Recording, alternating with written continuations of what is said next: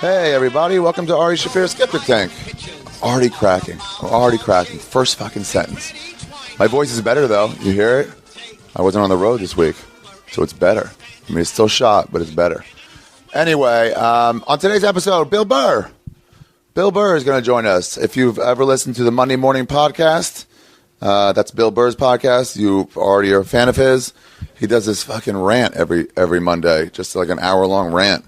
No guess. I don't know how he does it, but he does it. So check that out. We're both on All Things Comedy, the new comedy podcast network.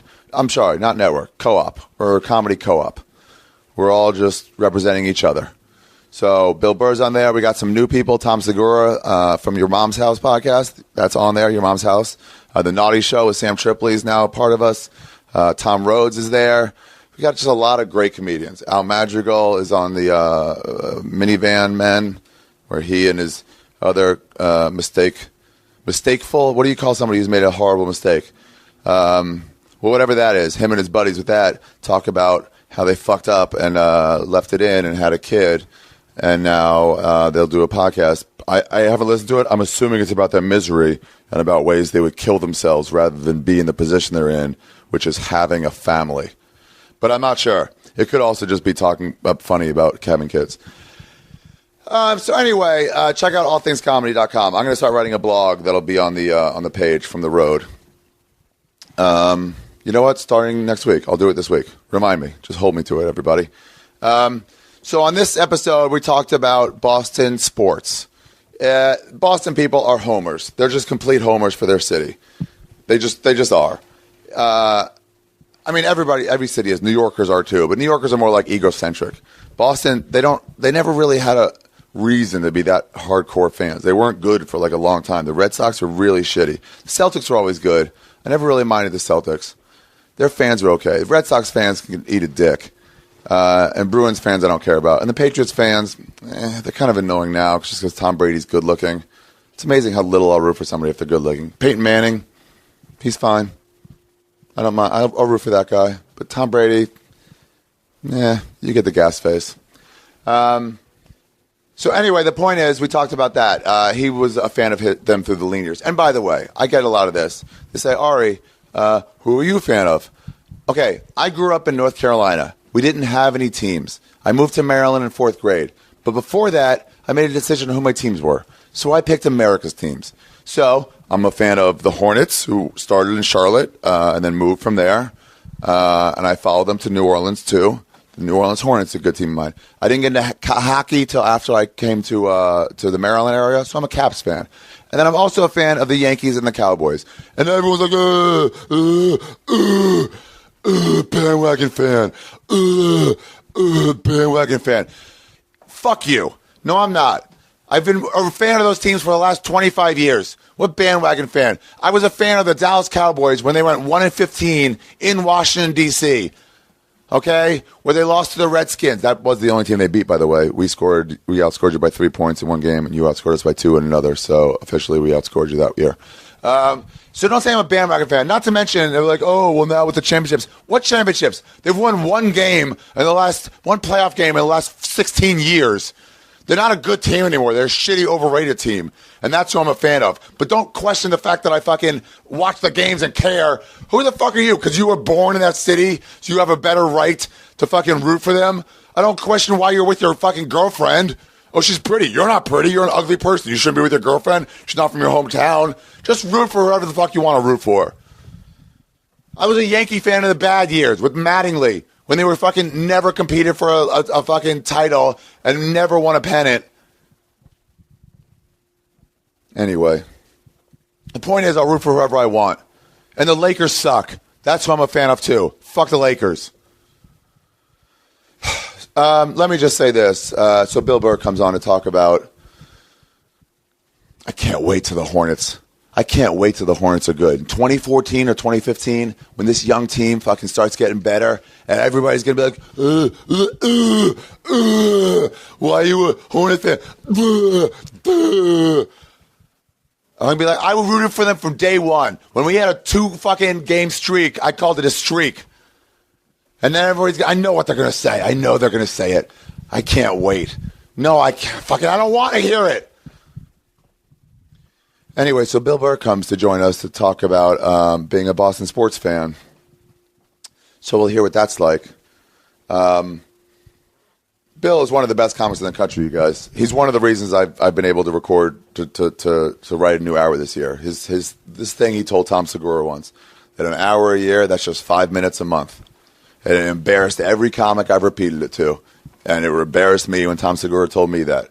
And yeah, so I did it. So I set time to do it, and I fucking did it. I wrote about what is interested in me, and I did a new hour. And I'm going to be recording it.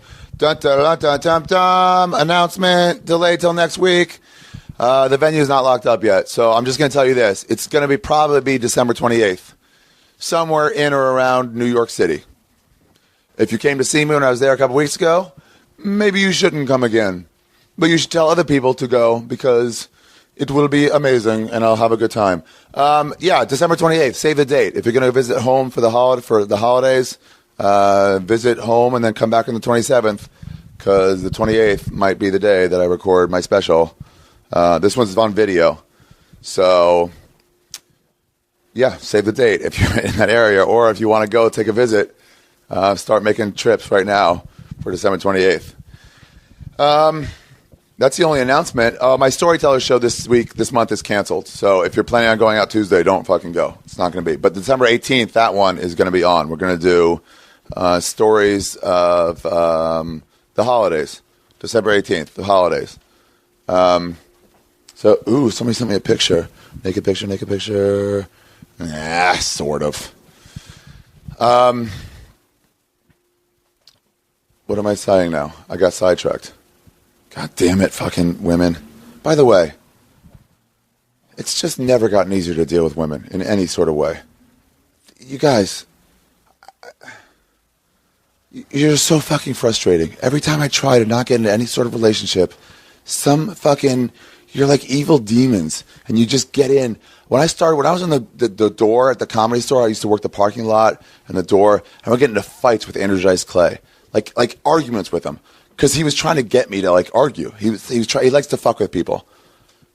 And he would like start fucking with me and I would try not to lose my temper, and then eventually I'd lose my temper. And he would just smile because he got me. He got me to lose my temper. And it's the same thing fucking girls do. Where I'm fine, and then you just you do something. And Anyway, I gotta get away from you guys. I gotta not have sex for just a short period, like 10 years. So what am I talking about right now? Oh, I announced that. I announced my storyteller show on December 18th. I'm going to be in Minneapolis at the end of November and the beginning of December, November 28th through December 2nd. And then that's it until the end of the year. I'm at Nob Hill at the Bone. It's a San Francisco radio station. They're doing a show, New Year's Eve. Nob Hill Auditorium or something like that. Nob Hill Masonic Center. I think they sacrifice children there or something. And then I'm in Edmonton in January. I'm in Vancouver and Long Island in March. But I'm recording my special December 28th. So get out there. Check my website for details. AriTheGreat.com. You can also go there, by the way, for proflowers.com. Hey, just so you know, for whoever listened to last week's episode with Sarah Tiana, people actually use the link, proflowers.com. If you go to proflowers.com and type in, there's a microphone on the top, and you hit that and type in skeptic, or go to my website, arishaffir.com. You can go through that. They have deals and stuff like 10, 20% off, and they have flower arrangements that start, I think they're $20, the lowest they have. So you can get a pretty good flower arrangement for $20. But people actually did it and sent flowers to Sarah Tiana at the Comedy Store, and she was so happy to get them. For those of you who did it, she was so happy. You should have seen her face light up. When I told her they were there, she was so elated. She was like, no, what? Really? I'm telling you guys, women are morons. I don't understand. It's like I've talked to girls about great works of literature. I've talked to them about books. I've talked to them about world events. And they're the same intelligence-wise that way as men. But then when it comes to fucking tenderness, they fucking melt over nothing. They're just idiots. But anyway, so this idiot, Sarah Tiana, really loved the flowers that somebody sent to her to the Comedy Store. It was 2 different boxes. She was loading them into her car. She was so fucking happy. So if you guys did it, I mean, thank you. You should know. You really touched her. In the good way. By good way, I mean the bad way if you were a child. But the good way, grabbing boobs. That's what I mean. So, all right. Are we ready for the episode? I know it went long, but I barely did any promotion. So fucking relax. What should I say about this? Or are we ready to go? I think we're just ready to go. Oh, I also got those posters, and I'm sending them out. If anybody bought T-shirts or grinders or those Joey Diaz, Ari Shaffirs posters, those rad posters, like half of those are gone already. I'm sending everything out on Tuesday, so you'll get stuff this week and next. So, happy Thanksgiving. And I'm also going to have 2 things. I'm also going to have the hard copy of my CD, of my album, Revenge for the Holocaust. That'll be out in the next couple of weeks. As will, I'll have probably like 50 vinyl issues, because people seem to like that. They'll be on my website. And also, my Storyteller show will be online by the end of the month, hopefully. These are the things I'm doing for you guys. I'm releasing that. It'll be called This Is Not Happening Presents. That's the name of the show. This Is Not Happening. It's a play on a French... Forget it. Painter. Don't worry about it. So the first one is is it sports? Is it sports one or celebrity? If it's sport one, it's called. I did a James Worthy story. I forget if it's sports or celebrity stories. If it's a sports one, it'll be called This Is Not Happening Presents Agony of Defeat. If it's not, it'll be called This Is Not Happening Presents. I forget, celebrity stories. Maybe it's just celebrity stories. But it'll be up there on iTunes, $1.99. So we'll see how those go. Maybe we'll release more of them every couple months or so. So that'll be up, and that's it. Right? What was the other thing I wanted to announce? Oh, and I'm going to start writing a blog from the road for all things comedy. You know what? It'll be up next week. Starting next week, my first blog will be up. So you guys can hold me to that on Twitter. If you want to say anything, by the way, write to contact@arishaffir.com. And I will get that, and I will probably not respond, but I will hear your feedback. I read all those things. Or write me on Twitter, one or the other, and let me know stuff. So yeah, hold me to that blog for all things comedy. I'm going to start writing it. So this week, it'll be up there next week. All right, we good? Let's start the episode. Ladies and gentlemen, without further ado, it is Ari Shaffirs Skeptic, episode 88. And by the way, in deference to Bill Burr's hatred of shipping up to Boston, or whatever that Dropkick Murphy song is that he says is super overused at Red Sox and fucking Bruins and Celtics events, probably Patriots also, I'm not going to use that song. So I am not going to be calling this episode Shipping Up to Boston or Tessie or any of those. I'm going to be calling this episode, I don't know, Boston Homer. Let's do that. Let's call it Boston Homers. Ladies and gentlemen, episode 88. No, Homer. No, but does anybody understand that reference? Homer? Nah. Fuck, hold on. Oh, and by the way, the Cowboys are back in it. I know they pulled out that game against the Browns, but they're back in it now. Oh, God damn it. I got to say this, too. As long as this whole episode is about sports, I have a sports podcast called Punch Drunk that I do with Sam Tripoli and Jason Tebow. Look for it on iTunes, or you can watch live and call in. If you go to www.toadhopnetwork.com/live, we do it from noon to 2 every Tuesday Pacific time, 3 to 5 Eastern time. It's a good way to finish up your workday. Just watch us. It's like 20% sports and 80%, just us being degenerates. It's the kind of conversations we get into at the Comedy Store in the back. And we just take that to it's like, this player's better. No, this player's better. I'd rather have this offense. Well, I fucked your mom. Well, how would you fuck my mom? What style would you do it in? And then it just goes from there. So anyway, listen to that. Thematically, I shouldn't mention it on this right now. What was the other thing I was supposed to mention? Oh, about Boston in general. I used to read this article. I read this article. Now, whatever. Bill Simmons is this writer. He's a sports writer for ESPN.com. He's like columnist. And I remember reading this article he wrote. It was so fucking good about Boston sports. He was going to go to his first Super Bowl. ESPN was sending him. So it was going to be his first Super Bowl he ever attended. And the Patriots weren't good that year, but he was a homer for all the New England teams. And he didn't make any qualms about it. He was like, I'm not impartial. I'm a fucking New England fan.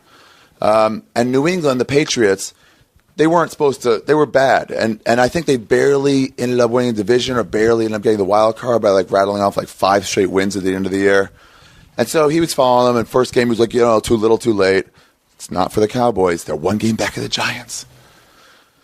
They just get my hopes up and they crush them. They're an overrated team.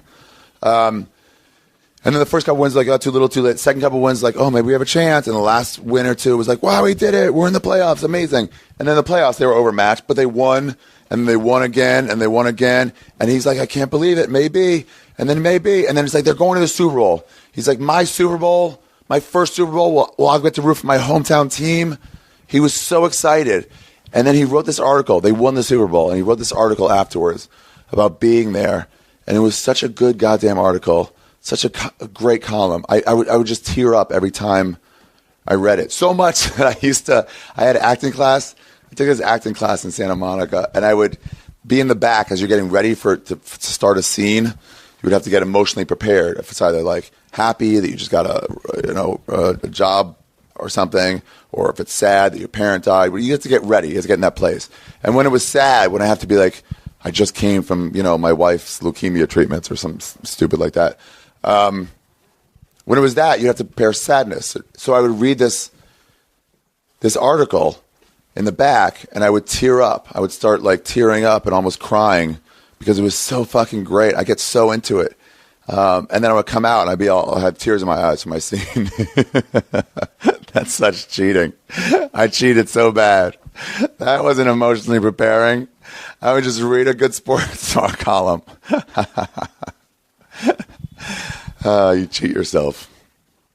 So at the end of the episode, I'll read the column because it was so good. We'll see if I cry. I'll get high before I read it. That's what I'll do. I'll get really high off the vaporizer and then I'll read it, and then we'll see if I still cry or not. Yeah, and I'll have a link to it on my website. All right. So here we go, everybody. Episode 88. Ari Shaffirs Skeptic, episode 88. What is it? What did I say it was going to be? Boston Homer? By the way, we didn't get into the main conversation until 3/4 of the way into our talk. We did it outside the Comedy Store on the patio. It was fun. Mostly we just fucked around with tour buses that came by. Tour bus, very lucrative job, by the way. They make a lot of money. There's so many of them. They must. I actually have no idea what their overhead is. So here we go. Episode 88. Oh, I know what we'll call it. Ladies and gentlemen, episode 88. Sports with Bill Burr. Boom. We're off. We're off? Yeah, here's the first bus. And it's the first tour bus. Absolutely. What are the odds you think somebody will recognize you? You know what? I actually, when a tour bus came by, my ego made me slow down, and nobody recognized me. To hope they would see you? No, look at these people. I'd have to be fucking Bing Crosby for them to recognize me. Or that guy who sings Whoop 'em Gangnam Style. That looks like him. Oh, he really goes on that bus. Oh, he's got a deal right there. They get door guys to head on there. Do people know we're in front of the Comedy Store as we just sort of leaped into this thing without them? Oh yeah, really, I guess we should say that. I'm never good at. I do intros later. I'm never good at I just start and figure it out. Yeah, we're at the Comedy Store. We're here during the day. It's L.A. That's right. It's November 4th or 5th or something. 7th. There was an election last night. Did you watch it all? No, I can't watch it. Me neither. Do you care at all? Political speeches give me douche chills. What do you mean? Because you're all so fake and stuff? Yeah, and they're so pandering, and it's like, and then I feel bad for the people who are there that they bought in that hard, unless they're actually, the pigs that are feeding off of it, and they're actually making money and they're sort of part of it. Because then they're keep it going. Yeah, it's weird because I don't feel bad when I see people at a wrestling event. Although now they admit that it's it's entertainment. But back in the day, I never felt bad for them because I still thought it was awesome on some level. But sometimes when I'm sort of high and I'll watch a TV show, you watch The Wire? Oh yeah, of course. So it's great acting the whole way through, except that one lesbian chick. Oh, you don't like her? She was just off a bunch in her acting. Like, you just tell she was like delivering lines. Really? Yeah, maybe it's just wow, when I got thought high. she was amazing. Really? Yeah. Fuck, I felt like over and over again I could just see through it. Nah, man, that scene when she's buying the chainsaw or something, What and is she that? gives the guy the tip or something, she goes in to buy something in a hardware store. The cop? The female cop? No, she's not a cop. But wait, what? You don't mean? I'm talking about the girl who actually killed somebody. Oh, no, she's badass. The Yeah, girl says, I was gonna say, wow, man, oh, brutal. What did she make that noise? She's Yeah, like, the- ER? Yeah. I don't know what it No, was. she was fucking sweet. That girl was amazing. Scooby? What was her name on that show? Something like that? I was one of those. As they call it in the business, I binge watched. I bought the DVDs? box set, and then I just blew through Oh, them. yeah. And I almost felt bad doing it, like chugging a great bottle of wine, you know? I did that with Sopranos, and then I realized, like, I'm not getting the same level of enjoyment out of this that I could. Yeah, because it's all about, like, talking about it and trying to guess Yeah. which way it's going to go. But it'd be interesting to see if people who have addictive personalities are more gluttonous, like fat that? people, if they're more prone to just binge watching. Like if it Trying to get a whole series done. If it crosses over from food and alcohol and those other addictions into that type of shit, you know. Yeah, I bet it would. But that the female cop chick, sometimes with her I could see through it, and I felt like I was getting scammed. Oh, really? Yeah, so that's how I feel when I'm watching Wow, the elections too. When debates, I'm I like, thought she was good. Eh. Oh, all right. I really didn't think there was anything. But if you were to say her girlfriend, now Yeah. I'd be like, all right, well, she kind of was dipping in and out of the show. Wow. The girlfriend you're came the in only person just to- I've ever heard said they watched The Wire and they felt like they were getting scammed on some level.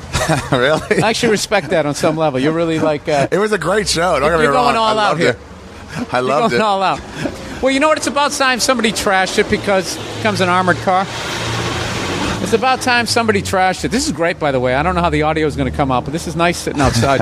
It's fucking beautiful, man. It's 75 degrees and it's beautiful. November. I was saying that you see all the bruises on the Comedy Store during the day. At night, you don't see it. It looks really. It looks great. The red lighting. It's Yeah. like the flashing red lighting. You can't really see. People look better out Oh, here yeah. in this patio. That's what I've learned in real estate. Never look at night, like you ever would have an open house at night. They used to rent that room up there, that house up there, up that hill. Paulie owned it, and he was renting it out, and people started screaming at us like, "Shut the fuck up!" As like Brody was playing like turned over buckets as drums at like 2:45 in the morning. Oh, and they finally had to get rid of it. Is that the one where Kinnison and Marin and all those guys? No, did? they went like one over. They were one over. Yeah, Yeah, those places are all. That part of the business doesn't exist anymore. Like just the stories of just everyone that hanging they out. have. It's just like are you crazy quoting flow. Boogie Nights or did this really happen? You know what I'm saying? Like they. What do you mean? Where it's like too much? The stories, like you don't quite believe it. No, not at all. No, not at all. I just back then, still like having an intervention was still kind of a new thing. You know what I mean? And It was. Were you around then? you people were just still learning. Were you around comedy then? No, I was probably rabidly watching it in It just seemed the like- late '80s. Yeah, there was so much coke that it must have been like just changed everything. Well, I would say by the mid '80s they started doing the Coke, the big lie, and they came around because when Coke first, I was going to say hitting the scene, and I don't know how else to finish the sentence, so I'm going to say it. When Coke first hit the scene, Ari, they said it was no more addictive than caffeine. Did they really? That's what they thought initially. Uh-huh. They thought they Sorry, man. thought it. And they thank you. Some homeless guy. Yeah. He saw my hand going down in the pocket. Dude, are you gonna give it to him? I was going to give because he didn't look drunk. No, he looked okay. I've seen that guy before. He did, yeah. Kind of came, hey-oh, kind of did a Yeah. Ed McMahon. I like the Tonight Show. Pleasant, jovial. You know what I don't like? You never get a second chance. I to don't make like a when first they impression. sit there waiting for your conversation to end so they could make their speech. Oh, I'm lingering. always like, "What? Get to it! You're standing right here. Wait, just say it so I can say no." It's just like, you don't give it all? no, once in a while. But I had this moment when I was took a class trip to New York.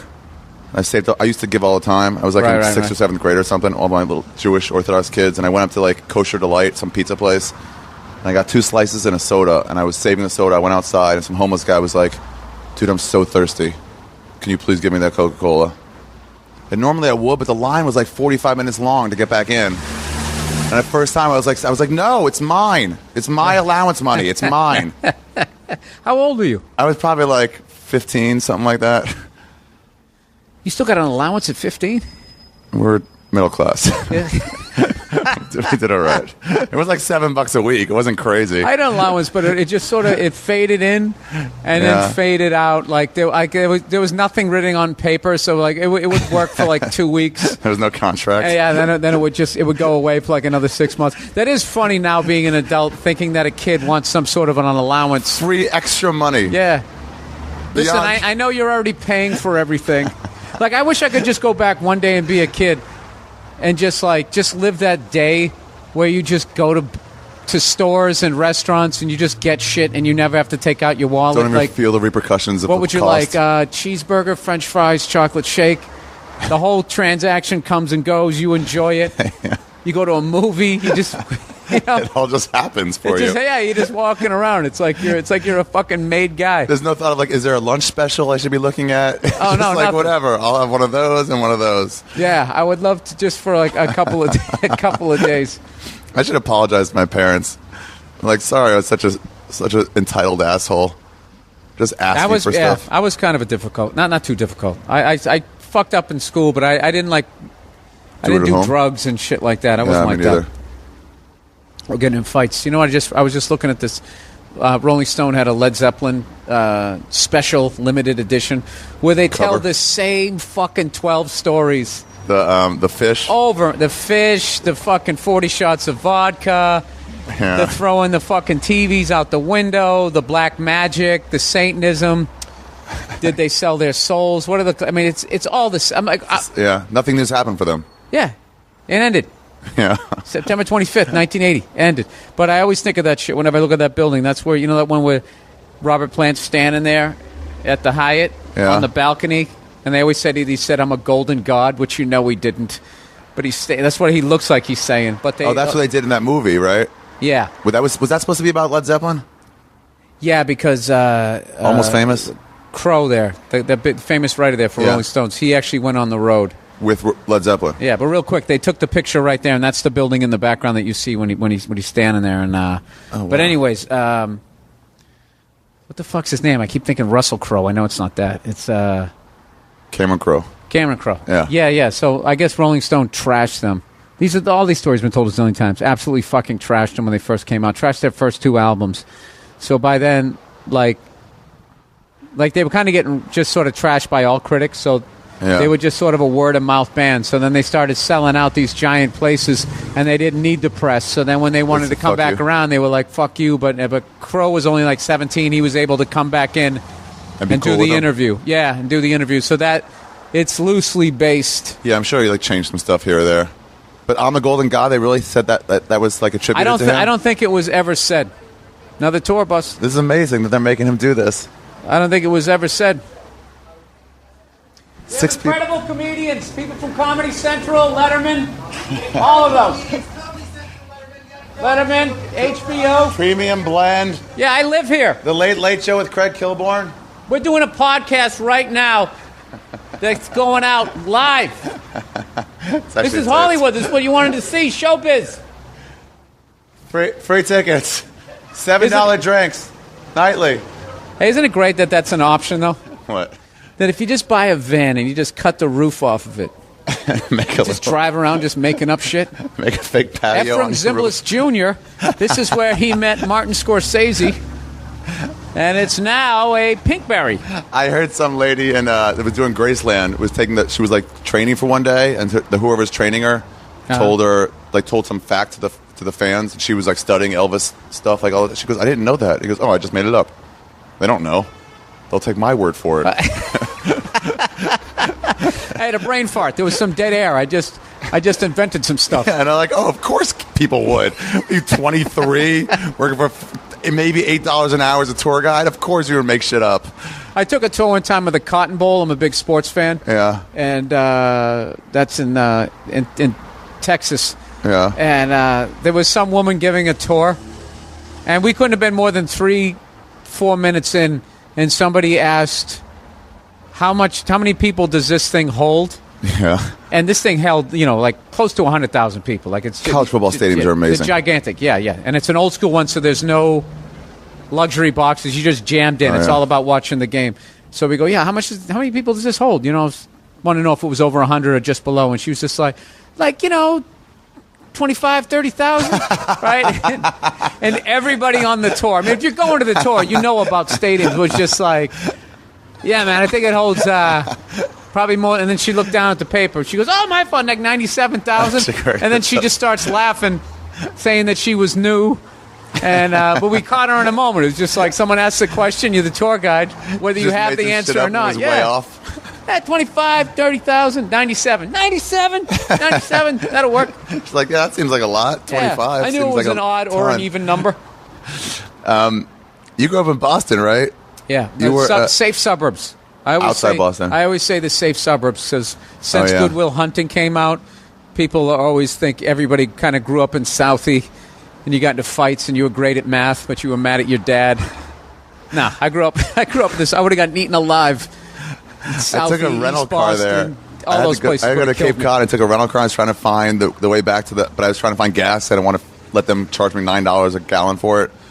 So I had to leave, and then they were entering South Boston, and I got really scared. Yeah.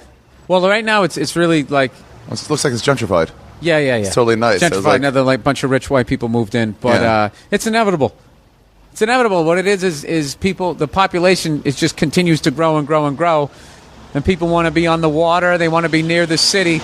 So that's how people get forced out. You know how they force them out, legally? They have, cheap housing for them. Government-controlled, cheap housing. So if it's, I don't know, $1,000 a month, government will pay $800 of it. And so they just say, hey, the white people are here. The new housing is over, 2 blocks, two streets over, or 2 towns over. And so all the poor people and all the criminals just have to move. But Southie was white, was all Irish. Oh. But it's a lot of people don't know that there's different levels of white people. We're not all bankers chomping on cigars. So they eventually got moved up. But I don't know what it's like now, but I remember hearing stories. I mean, this has been going on for a good 20 years that it's been kind of rolling over like this. And I remember hearing hilarious stories about there's all those rules down there where if you shovel out your spot, like the snow, shovel out your spot, you leave the trash can there, whatever, that's your fucking spot. And if somebody goes in and takes it, they fuck up your car and stuff, and yuppies didn't realize it or whatever. Just calling them yuppies, whatever. People who weren't in South Boston would fucking I don't know your jungle rules. Yeah, they had no idea. Well, the thing about it is, how do you not fucking figure that out? If you ever had to shovel a fucking car out, it's the biggest pain in the ass, especially if you left it there for a couple days and you get that layer of ice is on top of it. It's impossible. I mean, it's like trying to dig a fucking tree out of the ground. Yeah. So there's no way you don't know that. So fuck those people. People don't know? And their cars. Yeah, there's no way you don't know that. I mean, you would have to move the trash can, I guess. That's like a cone, right? Yeah, it's like a cone. Why is the trash can there? Yeah, that makes sense. And each trash can, too, has, the family crest on it. I mean, how many more? Well, no, they would have, a spray paint or whatever. You know who's fucking trash can. Oh, so nobody can steal your trash can. So nobody steals your trash can, and you're marking your territory. Yeah. Are you afraid of getting soft out here? Well, I mean, I'm not really that hard anyways. It's not I I haven't had fights since, junior high or whatever. A lot of people mistake my anger as, I robbed a bank or something. People just, because nerds do. Yeah. But generally speaking, no, I gladly will hand over my wallet. Sometimes. No, but I also have enough rage in me that I feel like I could kill somebody, and I could mentally get past it. So I kind of have that Gemini duality there. How would you get past it? I would do what all murderers do, is you justify. Why? Like Mr. Blonde. If they had done what I told them not to do, then they'd be alive. Then that wouldn't happen. You blame it on them. That's what he did. I said, don't push the fucking alarm. You push the alarm. This is him. Bam. Bam. Bam. And then you just bury it and don't even think about it again? I think that's what most people do. They're just what? I didn't do anything wrong. Or I would have a relief knowing that I was going to hell. So there was really no reason to just... I could just kind of... be better now. I could just give in to any whim at that point. I've already got the life sentence. Yeah, it's already over. And then you could just be like, look, I know I'm going to hell, so I'm fucking going to enjoy this. Yeah. It's such an unbelievable sentence if it's true. Where you just hell where you forever? Hell forever. You're an asshole for 80 years and you get hell forever. Doesn't make a lot of sense. They're testing us. They don't give us any information about the game, but they say if you don't play it right, you're going to burn forever. Right. If you don't do it, hello, gentlemen. How are you? Welcome to the Comedy Store. We have comedy 7 nights a week. We have comedians from Comedy Central, Showtime, yeah, Lifetime, live at the Apollo. We're doing a podcast right now. You guys part of the Hat Squad? Have a nice day. Sorry, they both had those Justin Timberlake fedoras. Yeah, they came in for a while and now they went out, and only the Persians have them.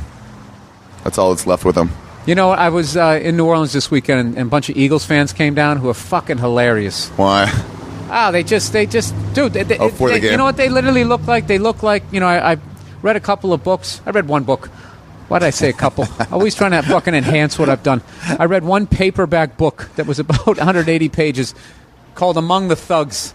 Yeah. And it was about the hooligans in the 80s that would travel around. The Eagles hooligans? No, the overseas that would follow the soccer hooligans. Yeah, football over there.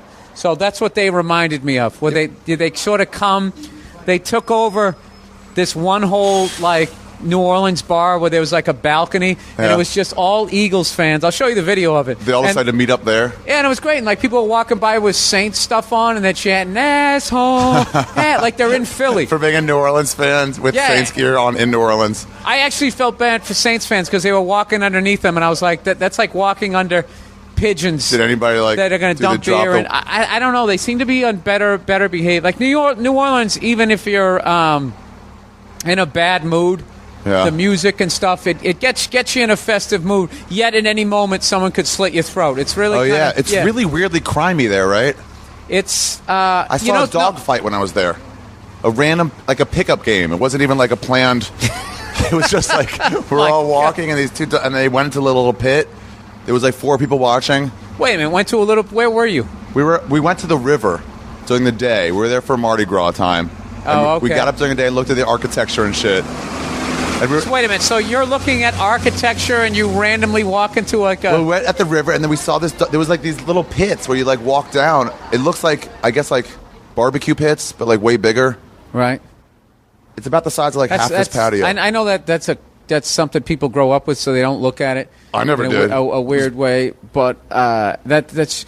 Just doing mean shit to animals is... It was so brutal. It was so like bloody.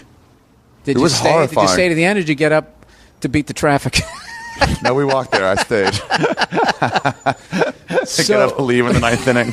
They're only down 2 and they got a man on base. Let's just go. Come on. Traffic's fucking brutal. I'm out of here. Wait, let me ask you a question. What was I going to say to you about something, but I forgot. We're talking about do you ever do that with... I want to get back to it, but do you ever... somebody ever bring up a book? They're like, you ever read War and Peace? And you know you haven't read it, but you pretty much know, so you don't want to get into the fact that you haven't read it, so you just go, oh, yeah. So they'll go ahead and make their point. You just act like you read the book. Yeah, I'm familiar with it. That's what I'll say. The Art of War. That's one that gets brought up. Catcher in the Rye, which I actually read. I read that. I had a period about 10, 15 years ago where I just started reading all these fucking books that I was sick of people bringing up. I read all of them, and I can only remember like 2 or 3 of them. I liked Catcher in the Rye. Catcher in the Rye was really good. But if you told me it was Catcher on the Rye, I would believe that too. What else did I read? Count of Monte Cristo I liked. And I read the original like 700-800 page one, the tiny typing. Is that the one where he gets locked up in a prison for years and comes back to get revenge? Oh, yeah. I had to keep going, but my ADD was so bad, I had to I probably read... There was probably more like a 3,000-page book for me, the amount of times I had to go back and just keep rereading. I did that. If you get halfway through a chapter and stop and then put it down for like 2 weeks, I'm like, I have no idea what's going on. No, I just start reading, and something I'm reading reminds me of something that I'm doing or I've done, or just sends me off on a fantasy, and my eyes keep going left to right. Oh, but you'll tune out. Reading, but I'm not like consciously reading, and then I'm just like, oh, wait, that guy just died? What happened? And I got to go back. Oh, yeah. Yeah. I've done that. It's awful. What is that? Just lack of education? lack of focus? Yeah. I don't know what it is, but it's one of those things where it just means you're not good at it.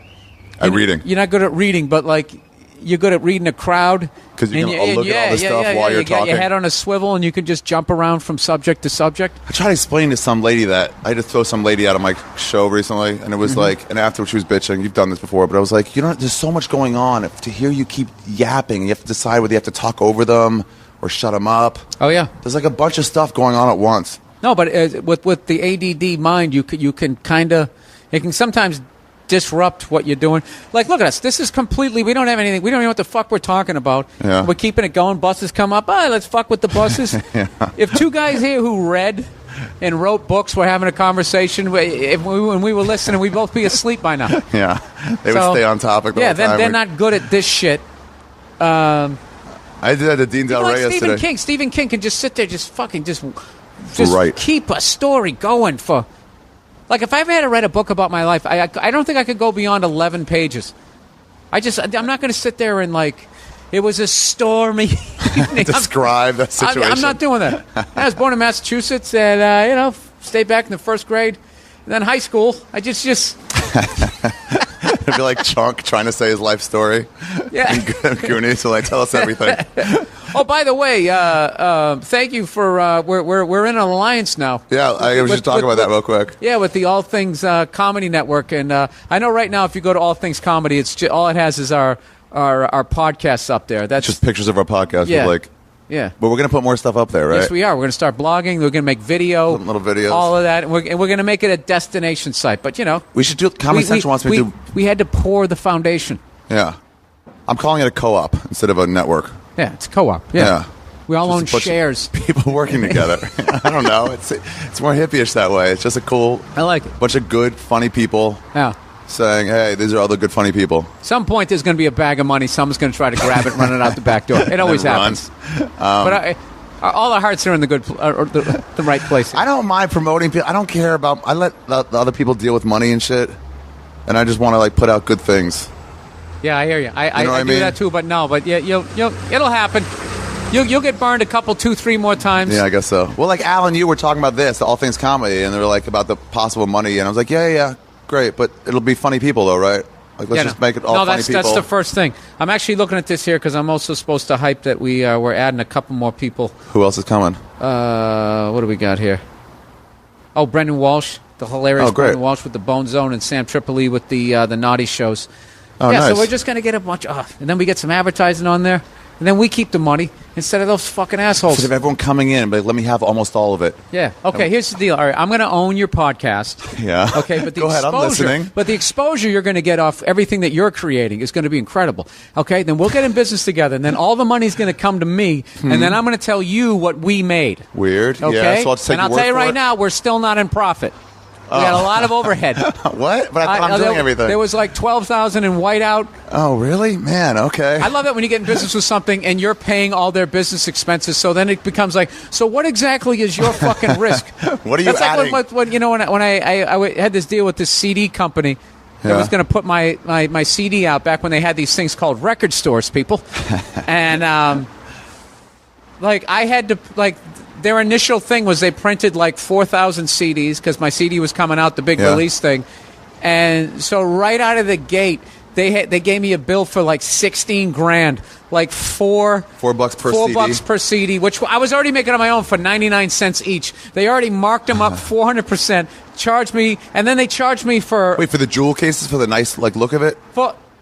No, just to make money off of me while we were in business to sell them off to everybody else.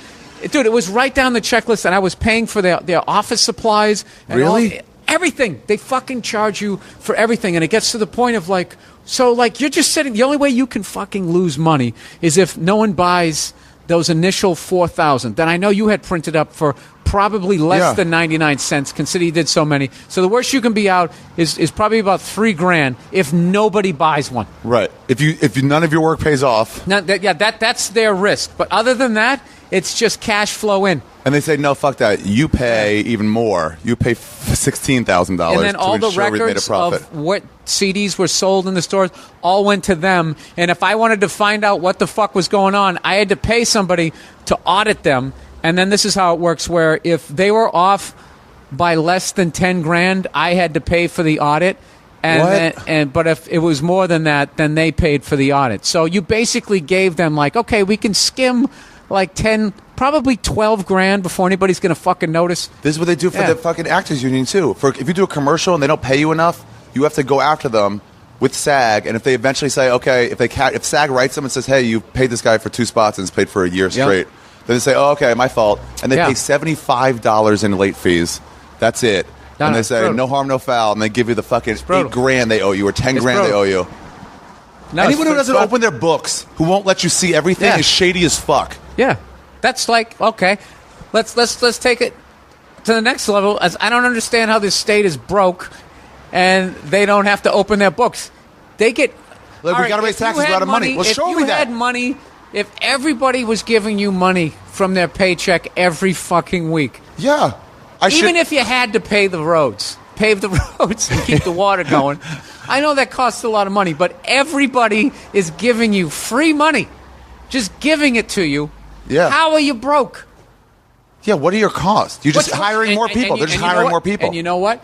There might be a reason, but why won't you open the books and just show me and be like, because this, and this? Like what it really is because I think even as like a governor, like what do they make a year? Like fucking 30 grand a year? Governors? President makes like 400 grand a year. It's fucking ridiculous. They get paid less than an NFL ref. Yeah. It's ridiculous. It's tax-free, though, isn't it? But yeah, they get paid less than an NFL ref? I'm just using it as an example. I don't fucking know.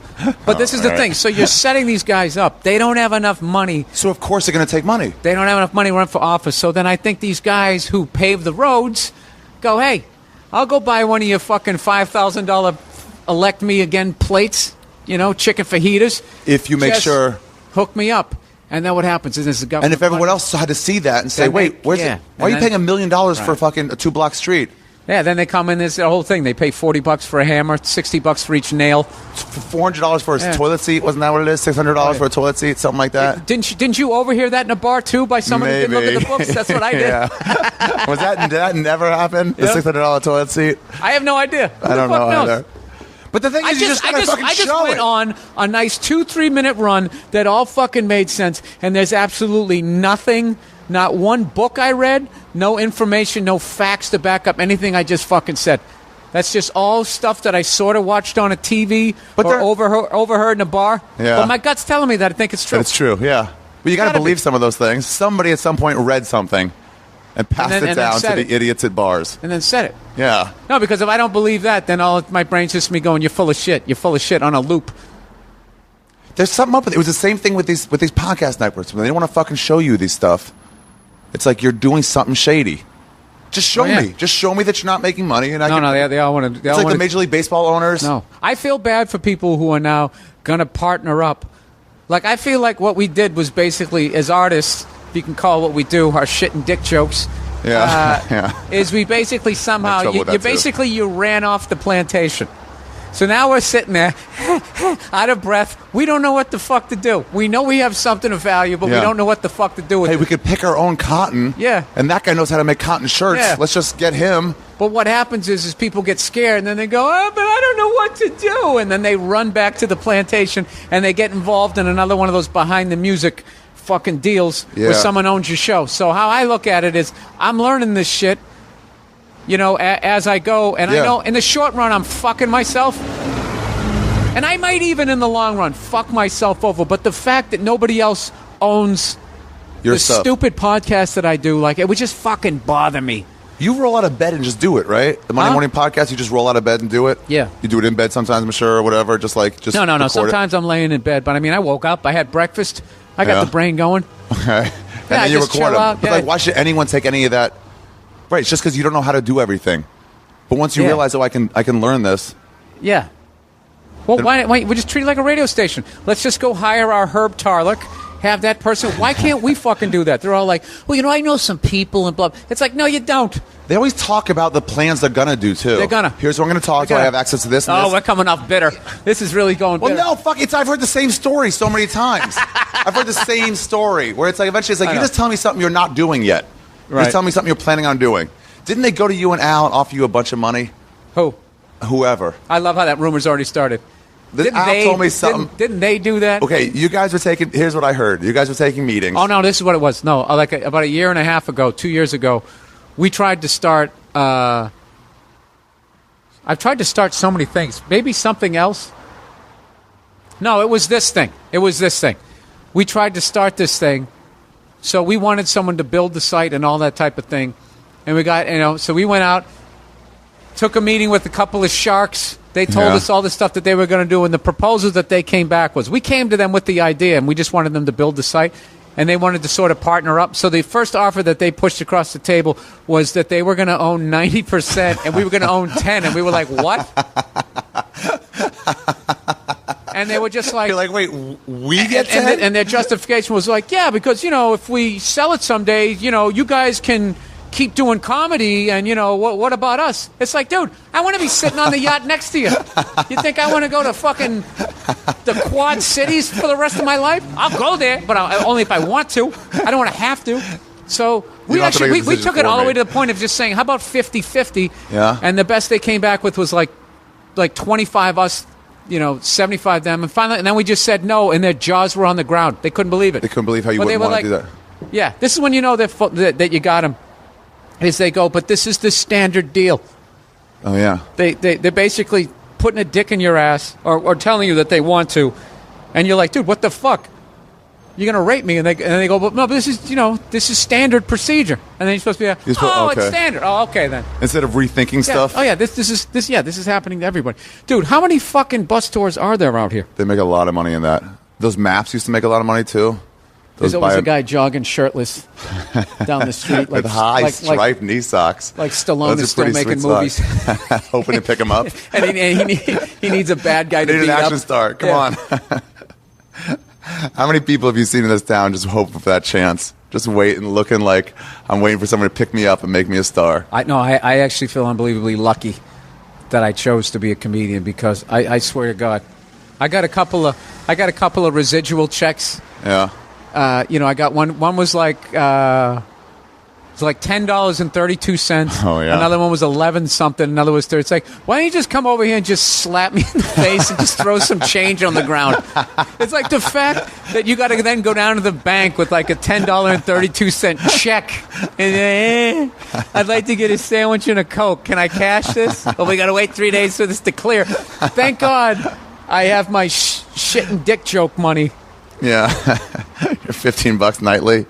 No, I don't get when that stuff happens, I understand why the people on Seinfeld wanted to try and get as much money as they could because even if you made like $1 million an episode, right? If you made $1 million an episode, it plays again, and then it's half, it's $500,000, and then it's weird, and then like 3 months. It's nothing. It's $10.32. Like I don't know how it is, and I know what people saying. Well, you just made $1.5 million. I'm telling you, what it's like. What was that book? The K or the Old Man in the Sea? Yeah. When he's got that giant fucking tuna, and he's trying to get it back, and those sharks just keep taking bites out of it. And by the time you come back, he just got the skeleton and some fish lips. That's what. That's what's left for you. Well, I think when you get as famous as those fucking people do, you literally you got to be living behind a wall, don't you? What do you mean? So no one can see you?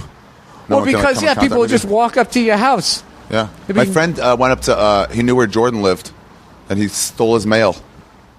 He stole a piece of a bill from him or something in Chicago. Does it literally say Michael Jordan on it? Yeah, I was so excited about it. I would think that he would be so famous that somebody be in the mail and like, you think it's the same guy? There can't be mail out there that says Mel Gibson on it, right? There has to be. No, maybe. Doesn't he have anything in his name? Not a cable bill. That probably goes all to his people. It's got to be, or one of those awful gold diggers that he got with. Oh, yeah. Send him a letter. Yeah. Beyond his feelings on race and religion, the poor bastard. Beyond that. Beyond being incredibly wealthy and being perhaps a holdover Nazi from the original Nazis. He had to get rid of his Laker tickets. It's tough to feel bad for people. Wait, didn't they then offer you something okay, how about this? How about we just give you guys a couple $100,000 a piece? No, that never happened. And then a network of people makes nothing. That's the lies. That's the lies? I'm hearing something like this from Al, though. It was something along. It wasn't like basic rumor. It was something from Al. I don't know what was that. I don't know what was that. We can't confirm or deny it, so we probably shouldn't be saying on that. But maybe that's already happening. Maybe that deal already went down. Selling out is happening because this is the first time I'm hearing of it. What I heard was, regardless of the deal, you laughed in their face and you said "fuck off," and you were just like, Al said he was trying to be like, no, they might have come back. I don't think they came back with money like that, but they came back with like, it was the sell your soul deal. Yeah. Hey, you guys are doing something awesome. Okay, here's the deal. We're going to own it, and we'll give you this one-time payment. You can go fuck yourself. That's like, I don't know. I studied those behind the musics when I watched them. Like, I didn't watch those to see what the deals were. People like to watch somebody fall off. I hate seeing that shit. I don't like watching people bomb. I actually can't watch comedians on late-night talk shows. It makes me nervous. Why? Because it's too much pressure. Because one slip the wrong way, it just feels like it's going to go off the rails. So, yeah. Those people who get business managers. Yeah. Hey, I don't even know what a bill is. People who say that shit, it's like, dude, so you signed away your power of attorney. Somebody just to one guy. Somebody can write your name on checks off of your account. What do you do? Everything yourself? You're way too busy everything for that. myself. What? I write a check? How long does that take? And put a stamp on it and go and fucking. I can't keep track of everything now. My smog, it's always like late. Shit like that's always like late. I can't I can't. You can't I'm not organized. They literally bring the bill to your fucking apartment. Yeah, they do. What is the problem? Yeah, you just don't like dealing with it. That's what it is. I'm just messy. Yeah, that's what it is. Yeah, I see it. I'm like, I'll pay this later, and then a month goes by and I forget about it. No, because you know what I learned? If you want to be the man, I thought, well, if you're the man, then you could just sit there chomping on a cigar all day, getting blown. It's like, no, you have to fucking micromanage everything. Yeah. Like, you know what's priceless is that person you tell them one time and they actually go out and fucking do it. If you're one of those people, listen to this, you will always have a job. But what happens is they're the shit and they just keep moving up. But that person, you got to tell them 50 fucking times, they'll stay with you forever because they can't get another job because they're keep a fucking moron. Up slightly and then you owe them like, I know this guy. I've used him for a while. They're a moron. Yeah, that guy. Yeah. Here's what I've learned about humans. This is the recently. most business. I know. I'll try to get off it. No, actually, I think it's probably interesting to some people. And by the way, this is what we're talking about, other comedians. If anybody wants to hear how to do this podcast and everything I do on it, go to the end of the second Ralphie May episode, and I just break down everything, like all the equipment you need and everything you need to do to make How's your own Ralphie podcast. doing? He's not that well. He had that attack, that physical attack. We probably shouldn't talk about this either. He's open about it too. Oh, he is? Yeah. Come on, Ralphie. Yeah, get back. He's just unhealthy, that's all, but he's trying to get there. Just start eating kale. Eventually, you'll crave it. Do you eat that stuff? Do. I do. Dude, if you saw what I ate today, actually, if you saw what I ate the last 4 fucking days and drank, you would understand why. You have to eat kale once in a while? No, this morning, what have I had? I had an apple, and then I made a giant salad. Really? With no dressing. Really? Dude, hardcore. You ever go to Whole Foods? I had a giant glass of water with lemon juice in it to try to cleanse my liver. Dude, I was so fucking hammered at that LSU game. I had to buy 3 programs because I kept buying them and just setting them down. I already do that when I'm sober. Like, I'm that classic guy where my phone always seems to be on vibrate. I put it on vibrate for this, obviously. And I'll just be in my house and I'll set it in the weirdest place ever. And then never find it. Because my brain's like thinking of 50 other things that don't mean shit. And I'll literally walk into my closet to get a T-shirt, and I'll set it down on the top shelf of an inside closet, or like inside a shoebox or something. And then I won't be able to find it for like half the day, and then I'm losing my shit. And then my girl will be just like, "Why don't you just have a specific spot?" That's like I can't do it. Jesus, there are a lot of buses out here. Yeah, Simpsons ride. Universal Studios. Dude, do any Americans go on that Starline sightseeing thing? Not Midwesterners do. I know it's a melting pot here in America, but there's definitely some rednecks. Those people look authentic. Everybody over here is a mutt. Half this, half that. Those people look. That's purebred. That's Westminster fucking. They have that specific immigrants. Color of grayish brown. Absolutely. That only like. And they all probably have like the temperament of like a fucking Dalmatian. What does that mean? Just get crazy? I guess they got issues.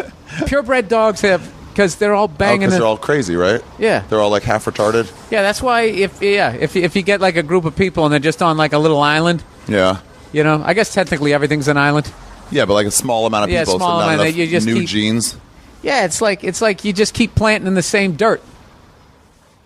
I heard if you once again, that's just completely made up. Not made up, just something that somebody said, and I gave him 100%. 100%. Thank you for coming by. Please come by later. We have comedy shows 7 days a week. Here's what I get with like people like business managers and stuff. This is what I look at politics the same way. Is I realize that people are just people. They're just crooked. You know, they're able to be bought. And so then it's like when I see those elections and stuff, I'm like, wow, you're just some dude. You know what? You know why that is? You don't have control, and if you do, you're gonna fuck it up too. I was just gonna make up some more shit. You know why that is? I literally thought of something. I was just saying, you know why it is, and then I really I am having this clarity in my life where I'm just realizing just how completely and utterly full of shit I am. It's like the amount of shit that I say during the course of the day. Most of my information about law gets from like Law and Order shows like that. Almost all, like almost entirely. That's the only reason why I know my rights. Is I've watched enough cop shows, and I just watched 21 Jump Street, where the dude did know him, so they kept going over him, and I had to refresh. I know my rights. I just watched an old episode of 21 Jump Street. No, the remake of the movie. Which, really? I think that was good. It was actually surprisingly good. I was like, I mean, I know, like, you know, the actors in it are funny, but, you know, I'm just saying this is a pretty flimsy fucking idea that the jump-off point is pretty flimsy. But what they did was they sent some kids back to high school. Sent some like young-looking cops back to high school. Which is in the same gene pool as, you know, that you and your dad wish to be each other, and then you switch. Yeah. I have a joke about that where it's like the only thing the guy does when he goes back to high school is try to become more popular or whatever than he was. They never try to fuck high school chicks. Yeah, because you can't. But that's what they would do. You can't, I know they would, but you can't address that. Because it seems creepy. Yeah, it is creepy. But if you have a 17-year-old body, why wouldn't you try to fuck 17-year-old body, girls? and then you got all 40 years of game between your ears. You just tear through all this shit. You would just capitalize on the opportunities that you had back then that you didn't know. Teacher. You would fuck a teacher. Yeah. You would. You'd know what bottle of wine to get. You could pick up their insecurities, see if they're lonely. Yeah, you'd look at their shoes, you'd figure out what they were into. You're like, oh, it's all scuffed up. She doesn't take care of herself. All right, I know how to treat this one. I was thinking more if they have just something that's a little too bedazzled, you could tell that they were a freak. Maybe if they wear, you know, a scarf, she maybe likes to be tied up or be choked. You know, all that type of shit. Yeah. Do you know teachers you would go back and like try to bone? Do you remember certain teachers? Well, not now. They're like 80. No, but if you go back in time, that'd be pretty gross. I'm a fucking old man. I'm older than they were when they taught me. No, there was there was always one a year. You just had a fucking raging hard on for. Mrs. Farber was my math teacher in like 5th grade. She was wearing big boobs, low cut, like button down shirt. And she would lean over to help you. Ah, you filthy whore. Yeah. God bless you. No. I know which ones, and I still remember their names, but I'm not going to name their names out of respect for my family crest and their reputation. Wait, you really don't watch the elections at all? No. You just don't bother. I didn't either. I walked in here and didn't even glance at the TV. I said, I'm going to my spot. I don't give a shit. No, I don't want to. I don't want to watch. Like, first of all, I couldn't deal with the anxiety of it. Like, I have this weird thing where, like, I am a Democrat, but I'm not a liberal. Like, I get, like, so fucking annoyed with the ridiculous level of left that people are here in L.A. It's worse than New York City. It's just it's way worse than New York City. Dude, it's like Fox News to the left where it's just, you're just like, dude, like really? It's insane. Insanely left. What do you mean? Like that they can't look at anything on their side as being problematic? They'll make, hey, how are you? How you doing? They'll make super fucking hot girls in tank tops in November. Love LA. Go ahead. They just make those fucking statements about, like, like Republicans are all Janine evil. Garofalo, which is like all those Tea Party people are racist. Like all of them, and she was like, yes, everyone. And you're like, come on, man. Yeah, I don't know. I don't know anything about the Tea Party. Other like than it was a big monologue joke there for a minute. I did recognize that. You were about to. I know. I didn't. I don't really pay attention to that. But look, the thing I think Mitt Romney fucked up on was, like, he's still doing that, that super conservative where you have, like, everything you're saying making sense, but then you still have that, and we should stone people if they're a witch. Oh, yeah. You know what I mean? Like, at some point. The holdover things. Yeah, like, those things, like, okay, here's the thing. Like, I'm on the left, but I don't think because you make more fucking money that you should pay more. Like you really More have percentage, yeah. Yeah, like I've never heard a justification for that unless you were stealing money. Right. Other than fuck those rich people. If you're just good and you're successful at stuff, but well, that's what Obama said. But I also think, that's what Obama said. He said he look at someone like Steve Jobs, who whatever you feel about him, but he was like he invented like 2 or 3 of the biggest inventions of the last 20 years. Like he should make money. I think he had people working for him, or they came to them with the inventions, and he did I own it, and I'm adding to the phone. He was one of those guys. But his company was responsible. Yeah, for it. So it's like they should get rewarded. That company and everyone who works should get rewarded for that. I mean, there's that, and then there's also like these. Dude, it's too big. It's too fucking big. I don't think that you should like. What's too big? Okay, so he should be rewarded because he's doing that. And then on the other side, you read that story where they had a fucking sweatshop and people are trying to leap to their goddamn deaths. That's the other side of the thing. And then they do that whole, in order to compete in the global economy. Dude, you know what it is? You're like, what about all your profits? How about take some of those down? It's too... Well, they always say that. Well, if we don't have a child make it, a sneaker's going to be $80,000. It's like, it won't be. I've been around long enough. American Apparel, it just costs a little bit extra. Yeah. I pay an extra $1 a shirt for my tour shirts. No, but dude, when I was a kid, we still had enough. Like factories were just starting to leave, and there was no $900 fucking polo shirt. There wasn't. It's bullshit. Yeah, it's right. Bullshit. And then they always say, well, the stock investors, the investors demand it. It's like their idea of they demand it is by that if you sell their stock, I think, because I own stock. I've never called up. Let me tell you, sons of bitches, something. You don't step it up. I'm out of here. I've never done that. I wouldn't even know. I wouldn't even know how to do that. But like, this is my thing. Like, I think, I think you're nuts if you don't own a gun. Even though I don't own one yet, I want to. Why? Because too much trust in people.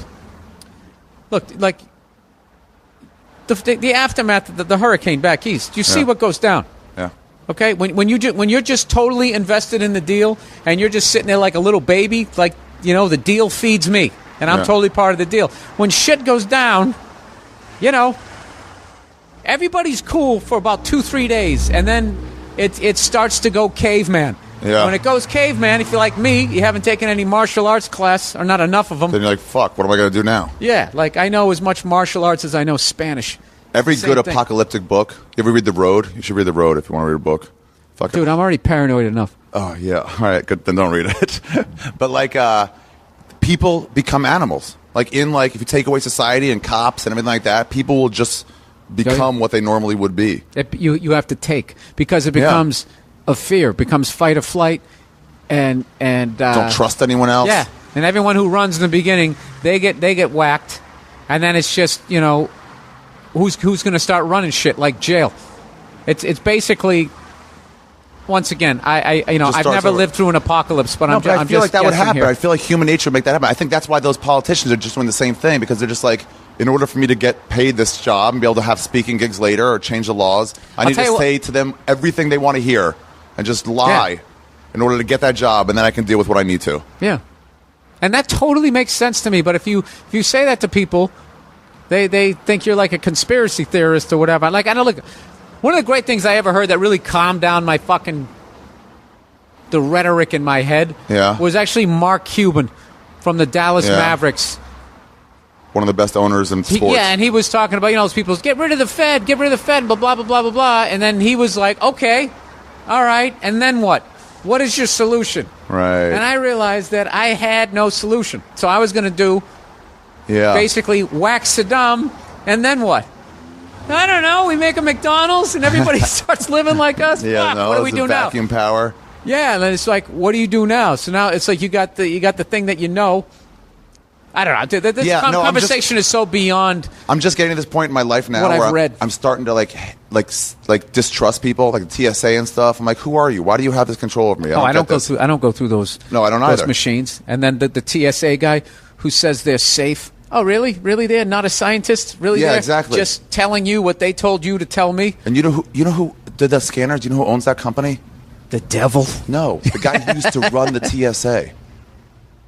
who said, you should buy we need scanners. Really? Yeah. Oh, and I happen to have a company that makes scanners. Really? Good Are for they him. safe? Yeah, they're safe. Yeah, good for him. You know what? And he justifies And we're all taking it. that guy's word for it. And he justifies it by saying that if I didn't do it, somebody else would. And I just took it from you that what you just said was true. And now we're talking about it. Yeah. This is why there's no solution. But the problem is I distrust everything. But then you say it, and then nothing gets done. Though you're not solving anything. No. Like, how do you stop terrorists from boarding planes? Like, I don't know. No, I don't know. Well, I mean, you probably lock the fucking cockpit door, right? Wasn't that enough? No, I would do what Israel does. Check everybody. Israel, like over there, LOL. Like they don't.